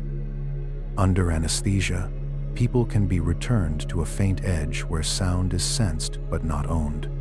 Consciousness may come as a spectrum of richness and stability, not a switch that snaps from 0 to 1. Examples from real lives make theory less abstract.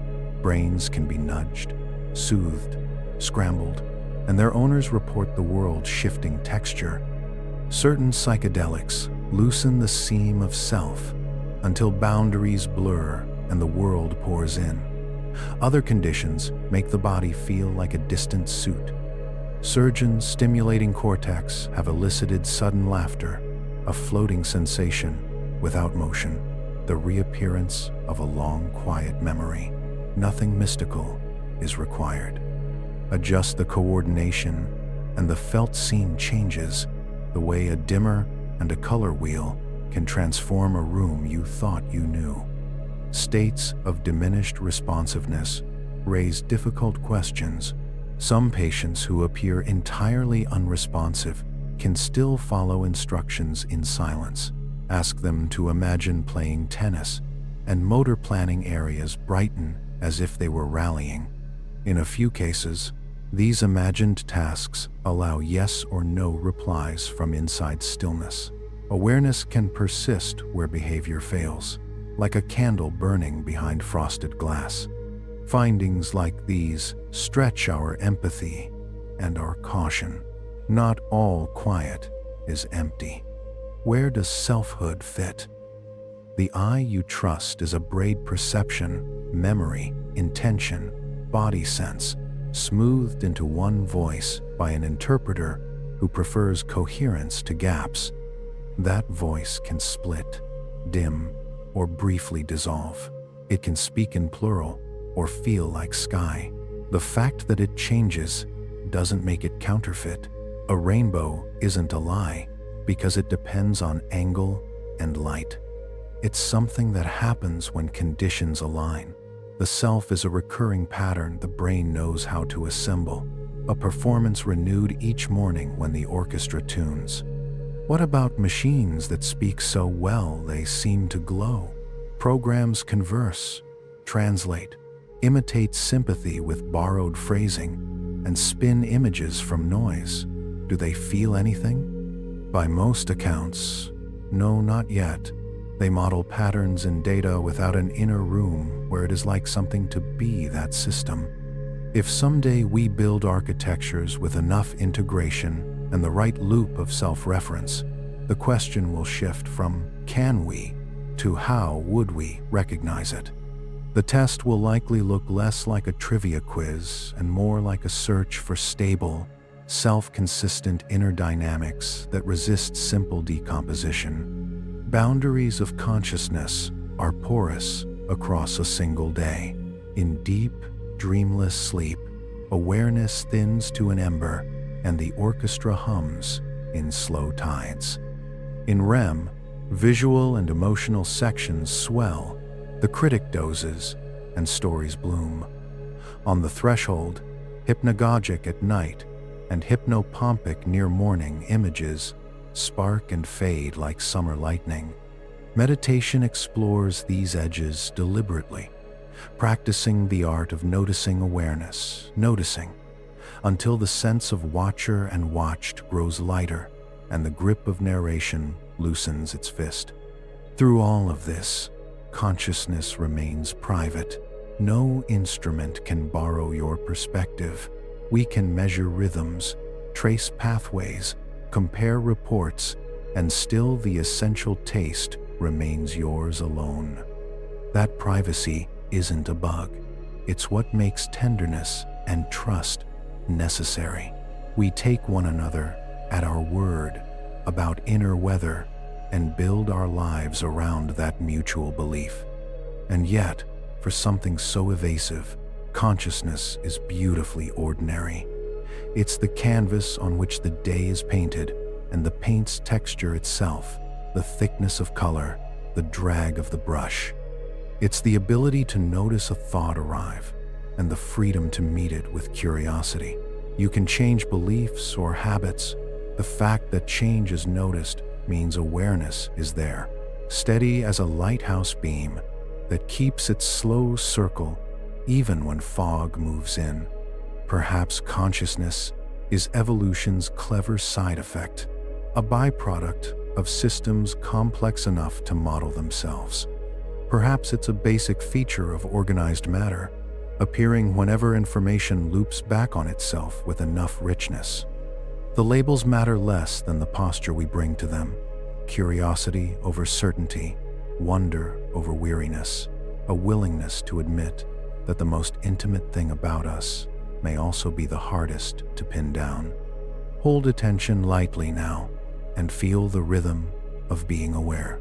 A sound enters and is known. A memory places its hand on your shoulder and withdraws. Thought builds a small tower and lets it fall back into quiet. Breath trims the moment into slow, equal pieces. None of this requires a thesis. It asks only for gentleness and return. In that softness, the question, what is it, can relax into, what is it like right now? The first courts abstraction. The second invites a life you can inhabit. Science will keep mapping currents, the broadcast of workspaces, the metrics of integration, the loops of self-monitoring and control. Philosophy will keep our language honest and our imagination wide. Technology will keep building mirrors, some convincing, some mischievous. Through it all, the felt sense stays with you, like a companion who walks without speaking, the presence behind your eyes, the one who notices each evening arriving.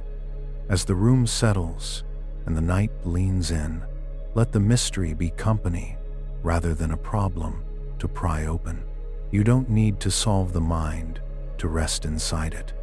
Let awareness rest on the fan's low hymn, the faint scent of evening, the rise and fall that anchors you to your animal life.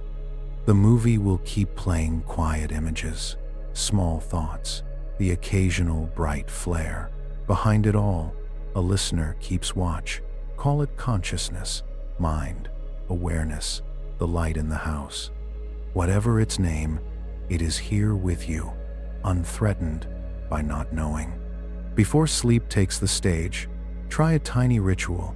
Close your eyes and list 3 textures of the present, perhaps the weight of blankets, the coolness at the tip of your nose, the sound that is almost silence. Thank the day for what it taught, and the night for what it will rearrange. If a thought knocks, let it in, offer it tea, and watch it decide to leave. You are not the thought. You are the room that can welcome it without changing shape. And if the mind returns to the riddle, what is consciousness, really? Let the answer be simple for tonight. The warmth in your chest when you notice you are alive. The space that holds a worry without letting it harden. The gentle glimmer that says, "Here I am," even when words fall asleep. In the morning, the question will still be there, fresh as dew. For now, let the lantern dim. Let the house of awareness grow quiet.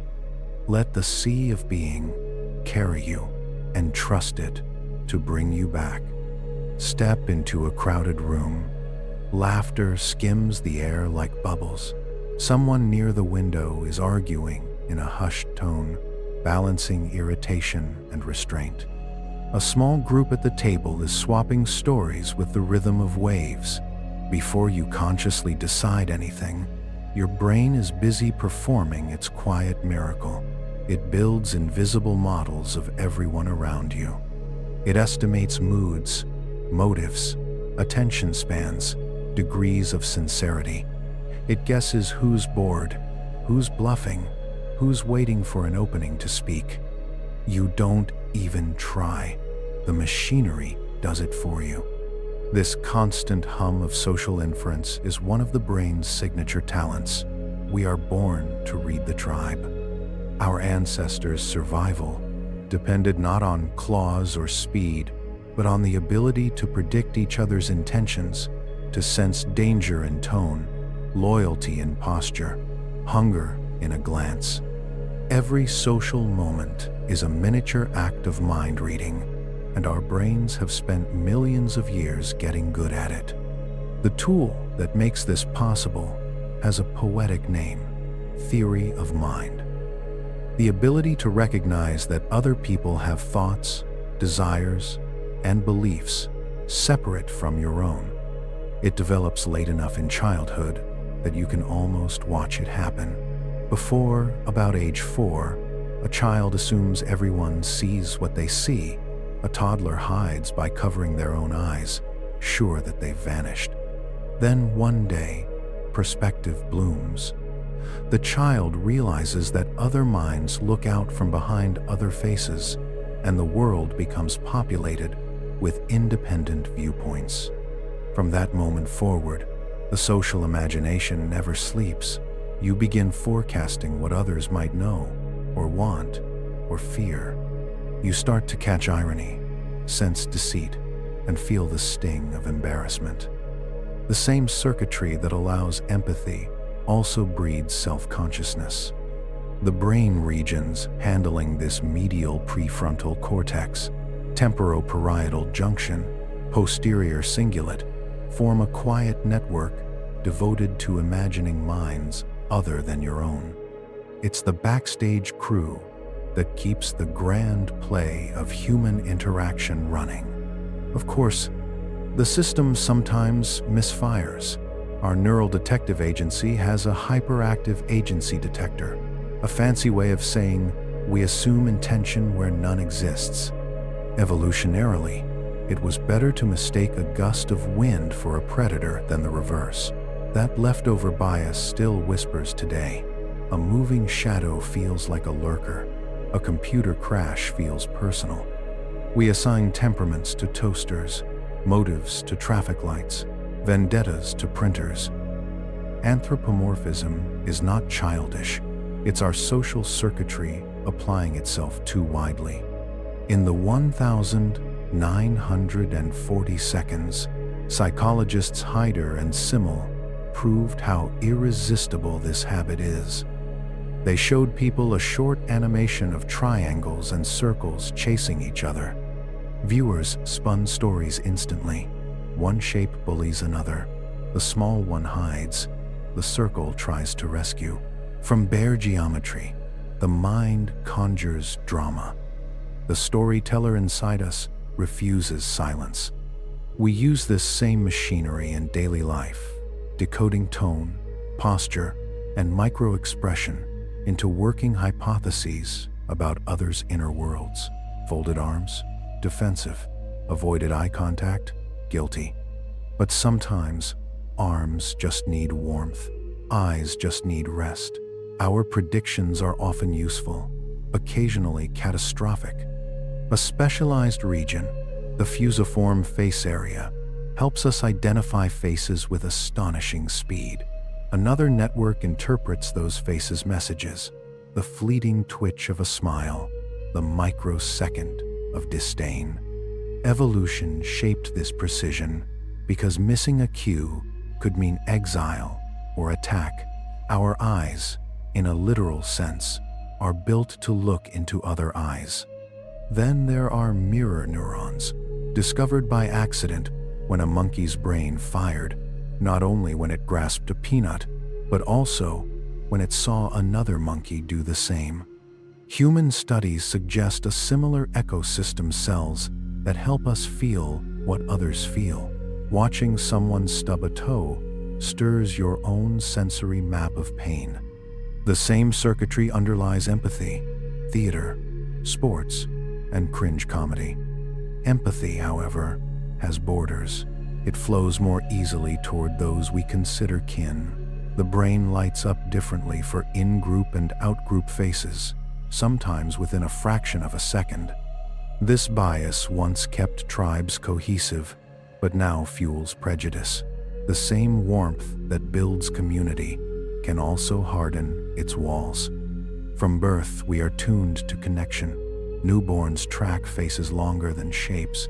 Infants prefer helpful characters in puppet shows over hindering ones. We grow into this sensitivity, learning sarcasm, flirtation, deception, each layer requiring mental acrobatics. Sarcasm especially is a high-wire act. You must detect literal meaning, sense its mismatch with tone, and invert it on the fly. Not everyone finds this automatic. Autism spectrum conditions, for example, can alter how social cues are read or prioritized. But the variation reminds us that mind reading is not magic. It's a set of computations that brains perform with varying style. Even when we're alone, the social simulation continues. Inside your head runs a cast of imagined others. You rehearse dialogues, apologize to phantoms, invent rebuttals. Neuroscientists call the system that handles this the default mode network, the brain's idle hum when you're doing nothing in particular. It's anything but idle. It replays, predicts, edits. When you zone out, you're usually tuning into your internal social radio, the station of what they think, what I'll say, what they meant. Our social reasoning is brilliant, but its brilliance comes with quirks. We commit the fundamental attribution error, assuming others' mistakes reveal their nature while our own reflect circumstance. Someone cuts you off. Reckless fool. You cut them off. Unfortunate necessity. The shortcut simplifies life, but distorts justice. Then there's spotlight bias, the feeling that everyone is noticing you. You replay an awkward comment for days, convinced it lives rent-free in other people's minds. In truth, most are too busy starring in their own mental sitcoms to watch yours for long. Despite its flaws, this intricate social cognition is what let us build cities, form friendships, and invent bedtime stories about brains. The same neurons that once tracked predators now track emojis. The instinct to read the room has become the architecture of civilization. Yet for all its elegance, this machinery is easily tricked not just by shadows or faces in toast, but by the subtler illusions called cognitive biases. These are the shortcuts evolution installed to save time in a messy world. They usually help, sometimes humiliate, and always reveal our species' comic genius for self-deception. Start with confirmation bias. Once you hold a belief, your brain recruits itself as defense attorney, not scientist. It hunts for evidence that agrees, ignores what doesn't, and rewrites ambiguous facts to fit the story. The more emotional the belief, the stronger the bias. In the age of algorithms, this tendency has found its megaphone. Click one article that flatters your view, and the internet's machinery will hand you a hall of mirrors until the reflection feels like consensus. It's comfortable, but comfort is a poor teacher. Next comes the Dunning-Kruger effect, the sitcom of human confidence. The less someone knows, the more certain they may sound. Novices don't yet see the mountain's true size. Experts see every crevice and doubt. This is why social media brims with amateur epidemiologists, while genuine ones preface every sentence with, "It's complicated. It's not stupidity, it's calibration error." Awareness grows faster than ability, so confidence outpaces knowledge, then collapses, then climbs again, more humbly. Hindsight bias arrives later, rewriting the past. Once something happens, the mind insists it was obvious. We retell events as if the clues were flashing neon. Of course, the stock would crash. Of course, they'd break up. Memory edits uncertainty out of the story so life feels more predictable than it ever was. The availability bias adds drama to risk. Whatever leaps easily to mind feels common. Plane crash headlines make flying seem perilous. Heart disease statistics, dull by comparison, barely register. Evolution tuned us to notice vivid danger, not actuarial tables. Our craving for pattern leads to apophenia, seeing order in randomness. Gamblers trust streaks. Conspiracy theorists connect unconnected dots.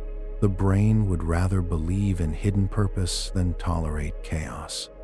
When lightning strikes twice, we look for meaning, even if it's just the universe is winking. Anchoring bias is subtler, but pervasive.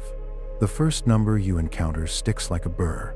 Tell someone a house costs $800,000, then say it's discounted to $600,000, and it feels like a bargain.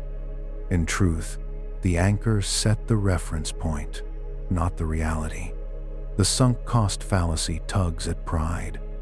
Having invested time or money, we cling to lost causes, a bad relationship, a failing project, because quitting would make the loss real. But time already spent is gone either way. Persistence doesn't refund it. Wisdom is learning to walk out of a movie that isn't improving, no matter how long you've sat through it. The illusion of explanatory depth is a delightful trap. Ask someone how a zipper works or why the sky is blue, and confidence soars until they try to explain. Suddenly, the picture dissolves into hand-waving. This isn't humiliation, it's enlightenment. Realizing how much we don't know is the start of actual knowing. Framing effects manipulate us daily. A glass labeled 90% full feels more comforting than one 10% empty, though the water hasn't moved. The presentation, not the fact, shapes the feeling. Politicians and advertisers speak this dialect fluently. The antidote is slow thinking and arithmetic. Memory itself favors narrative over accuracy. The peak-end rule ensures that we judge experiences by their most intense moment and their finale. A vacation saved by one perfect sunset eclipses hours of missed trains. We remember stories, not statistics. Then comes cognitive dissonance, the unease when belief and action diverge. To reduce the tension, we revise whichever is easier. If you suffer for a cause, you decide the cause must be noble. Otherwise, the suffering feels wasted.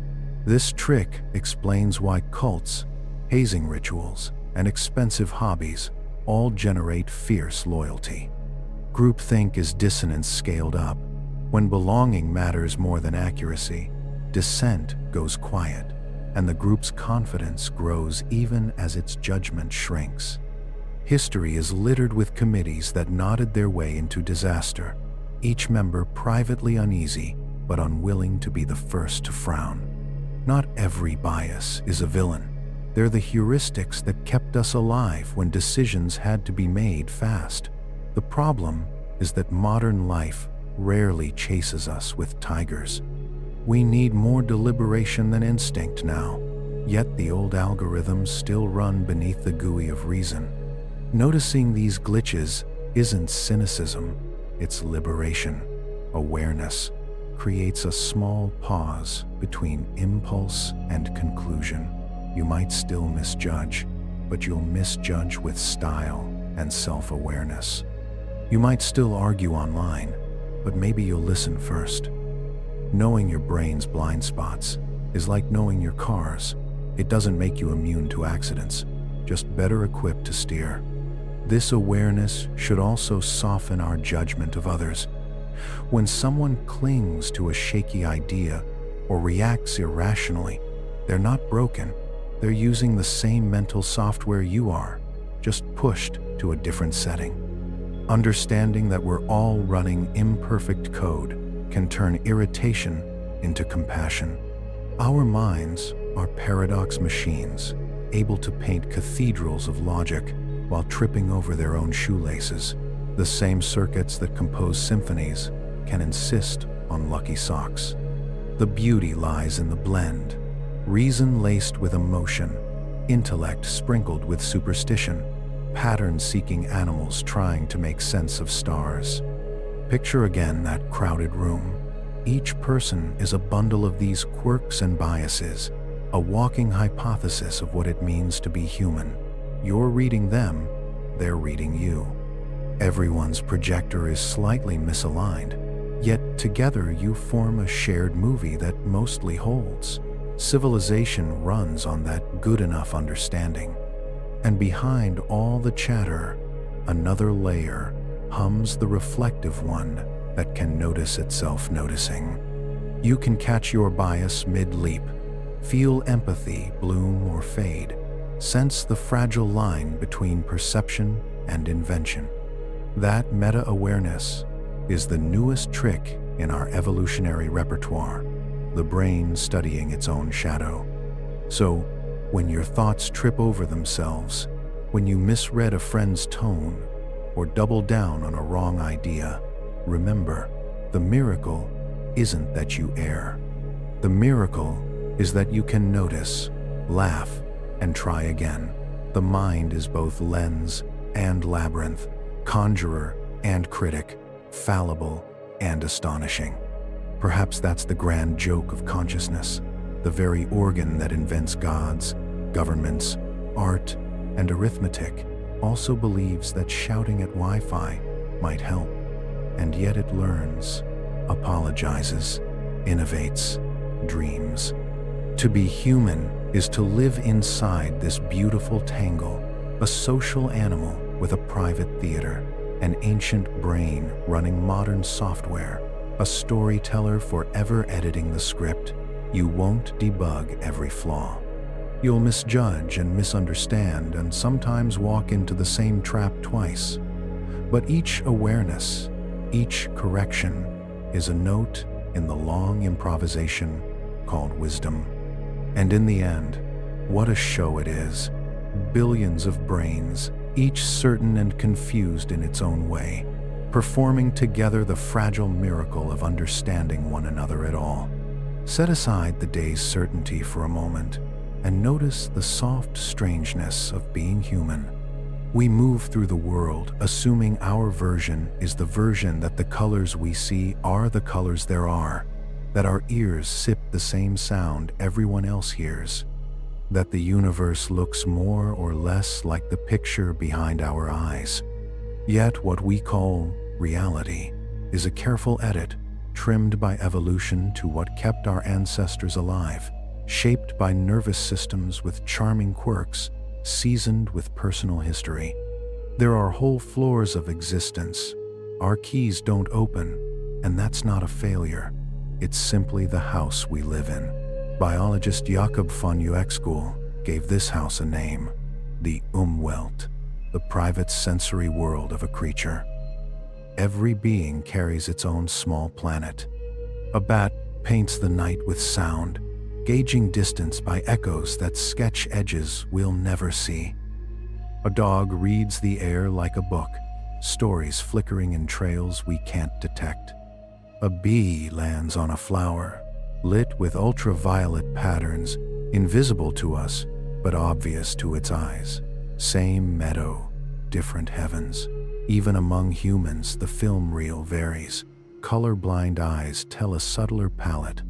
A synesthete hears a trumpet and watches blue spill across the room. Some autistic minds take in detail with fierce clarity, while background sounds refuse to stay in the background. The brain doesn't hand out a single standard-issue world.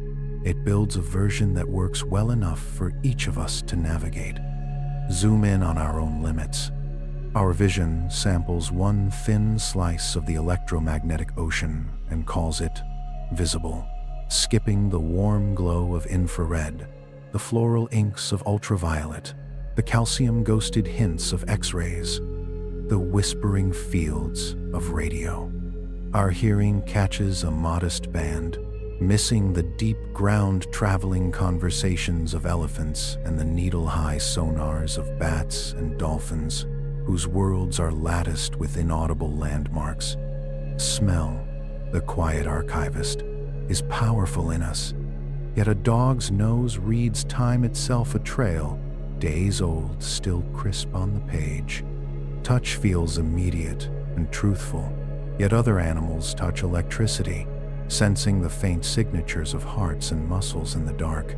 Sharks on the hunt, platypuses sweeping muddy beds for hidden movement. Birds, turtles, and even certain bacteria lean on a sense we scarcely notice, magnetoreception, to follow the Earth's field home across oceans. To them, the planet is etched with lines we do not see. To us, it's north is that way, probably. What follows is not that our reality is wrong. It is that it is partial. Nature tuned our senses for function, not completeness. We see what helps us, not trip, find food, keep company, raise young. We hear enough to love a voice and avoid a fall. Our perception is a good toolkit, not a full blueprint. Imagine trying to judge a symphony by a single instrument or watch a film with the brightness turned low. The picture can still be beautiful. It is also incomplete. Here is our workaround: imagination, and the tools it dreams into being. We graft new senses onto the ones we have. Telescopes let us catch starlight that began its journey before our language did. Microscopes open the teeming cities built in a drop of water. Radio dishes gather sky murmurs. Infrared cameras translate heat. Particle detectors listen for the briefest whispers of matter. Brain scanners turn neural thunderheads into weather maps. Each device is a borrowed organ, an extension of skin, eye, ear.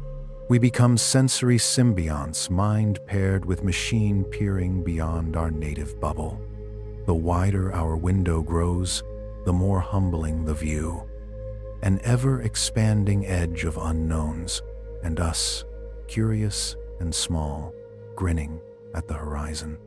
Stand in a garden with this humility, and the world becomes a mosaic. The flower is not one thing. To us, it is color and scent. To the bee, it's a bright runway, painted in ultraviolet. To the snake, a soft lamp of heat. All of them are true. The earth is crowded with overlapping maps, scentscapes, soundscapes, magnetic lattices superimposed on the same ground. Even among humans, language and culture nudge perception. In some communities, people navigate by cardinal directions, rather than left and right, and carry the sky's compass in their speech. Their inner maps keep them oriented where others spin. Color words divide the rainbow differently and make certain shades leap forward for some that blur for others.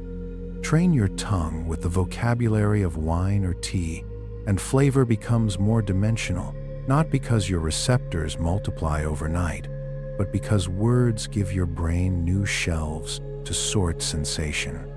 Reality, then, is not a single slab of fact, but a collaboration, what your senses can fetch, what your brain expects, what memory supplies, what attention highlights. That flexibility is our strength and our risk. Flexible systems build bridges and also hallucinate.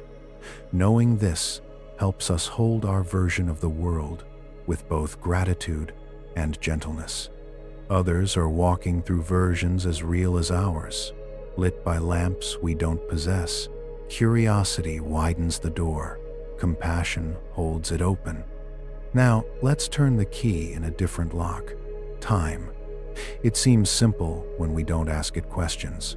Clocks tick, the sun moves, hair grays. Then we look closer, and the floor tilts. Physics says time and space are stitched into a single fabric space-time, and that fabric stretches and creases. Move fast enough, or nestle close to something massive, and time slows for you relative to someone else. It's been measured, not merely imagined.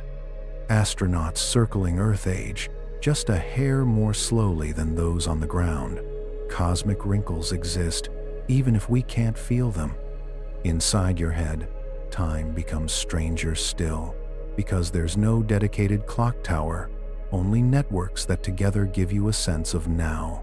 The brain estimates duration from the churn of information, novelty, predictability, emotional temperature, how much is happening. Boredom drags seconds like an anchor. Attention to time itself seems to lengthen it.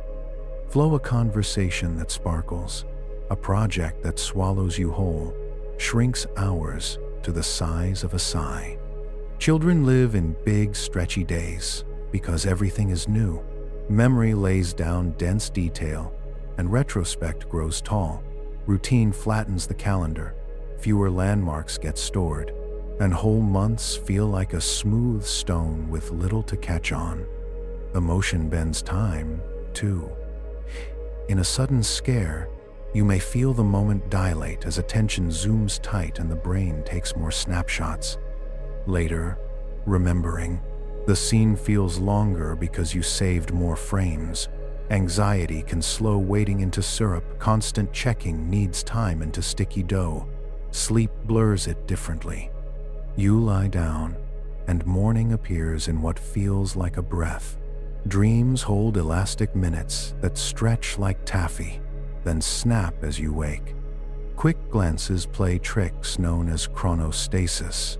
The second hand seems to stall because your brain backfills the blank during an eye movement to keep the movie smooth. Always, a small delay sits between the world and awareness. The mind buffers reality, so it feels immediate, stitching sight and sound to arrive in sync. A barely off audio track in a video irritates not because you're fussy, but because your brain usually handles the alignment invisibly and resents being made to show its work. When the brain's timing chemistry shifts, the world's pace can tilt alarming or flat. Depression can make hours heavy and endless. Mania can make thoughts overtake the clock. Certain conditions disrupt the delicate choreography that keeps speech and action in rhythm. Psychedelics can unseat the sense of duration entirely. Meditation can render time irrelevant by softening the tug-of-war between past and next. None of this means time isn't real. It means our felt time is a crafted thing, sensed, inferred, remembered, responsive to where we are, what we fear, what we love. Underneath perception and timing runs a deeper current, the hunger for meaning. We are pattern finders to the point of comedy and grace. The sky is random stars until we connect them into stories and sail by them. A sequence of events becomes a plot with causes and lessons. Your memories don't sit in storage as raw footage. They're edited into a narrative that explains who you are, why you did that, what it meant. This isn't a flaw. It's how the mind stays oriented. Pattern seeking sometimes goes too far, faces in toast, whispers in static, conspiracies drawn between unrelated dots. But the same eagerness builds science and art, jokes and hypotheses. Better a system that risks false positives than one too stiff to leap. Stories, shared or private, are not just decorations, they are nervous system events. A novel makes motor regions stir when someone runs. Empathy networks thrum when someone hurts. Neural coupling, some call it. The reader's brain shadows the story's actions. Meaning has consequences measurable in bodies. A sense of purpose steadies stress systems, glues us to one another, and helps the body heal. It coaxes us to keep going, to lift the next small thing. Grand meanings matter, but daily ones do too. The quiet routine that reminds you who you are, the work that fits in your hands, the care you offer and receive. Meaning is generous that way. It nests in the spectacular and the small. Of course, the same machinery that organizes chaos can also trap it under fear. The brain grabs explanations with gluey fingers and keeps them, because uncertainty is metabolically expensive. The amygdala rings the bell. The prefrontal cortex does its best to weigh and consider, but emotion moves faster than evidence. We cling to tidy stories even when they hurt us because any map feels safer than a blank one. Knowing this, we can practice softer holds. Perhaps, for now, I might be wrong. The mind relaxes when permission is granted not to know. Awe is the mind's easiest door to that permission. Stand under a wheeling sky, or lose yourself in music that rearranges your breath, and the boundaries of me loosen. Problems fade without vanishing. They shrink to fit the frame. Awe doesn't solve equations. It changes the size of the page you're writing on. It nudges the narrator toward humility, this simple, shining awareness that you are part of a pattern larger than your understanding. In those moments, you don't force meaning. You receive it, like cool air through an open window. We don't need to choose between science and wonder, between reasons and the feelings they carry. We can map the circuits that generate empathy and still be moved to tears. We can learn how perception cheats and still be charmed by a sunset. Understanding the scaffolding behind the set doesn't ruin the play, it deepens the applause. Meaning is not the opposite of explanation, it is explanation's music. So here we are, after wandering through senses and stories, clocks and constellations, illusions and intimacies. You've seen how the mind builds the world it needs, efficient, adaptive, artful, and how that world can expand with attention, with tools, with words, with kindness. The illusion of reality is not a trick pulled on you. It is a living collaboration between the universe and your nervous system. The seams don't have to ruin the fabric. They give the quilt its pattern. Let the thought rest softly. You don't see the universe as it is. You see a version that fits your hands. That version is enough to love with, to learn with, to share. It is not the only one. Others, other species, other people, other cultures, other moments of you carry different maps across the same terrain. Knowing this widens the path. Curiosity steps ahead. Judgment walks a little behind. As night gathers, allow the questions that started this journey to glow rather than demand answers.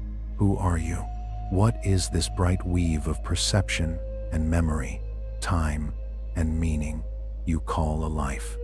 How does a small, electrified ocean inside your skull manage to hold a sky? Perhaps the questions are not doors to be closed, but lanterns to carry. They light the next few feet, which is all we ever needed to see. If this gentle wandering kept you company, you can leave a soft like, subscribe for the next night's chapter, or share where in the world you're listening from and what hour your clock is whispering. For now, let the room dim to the color of rest. Let your breath measure a kinder time. Let the world be as big as it is, and your place in it as tender as it feels. Sleep well, curious mind.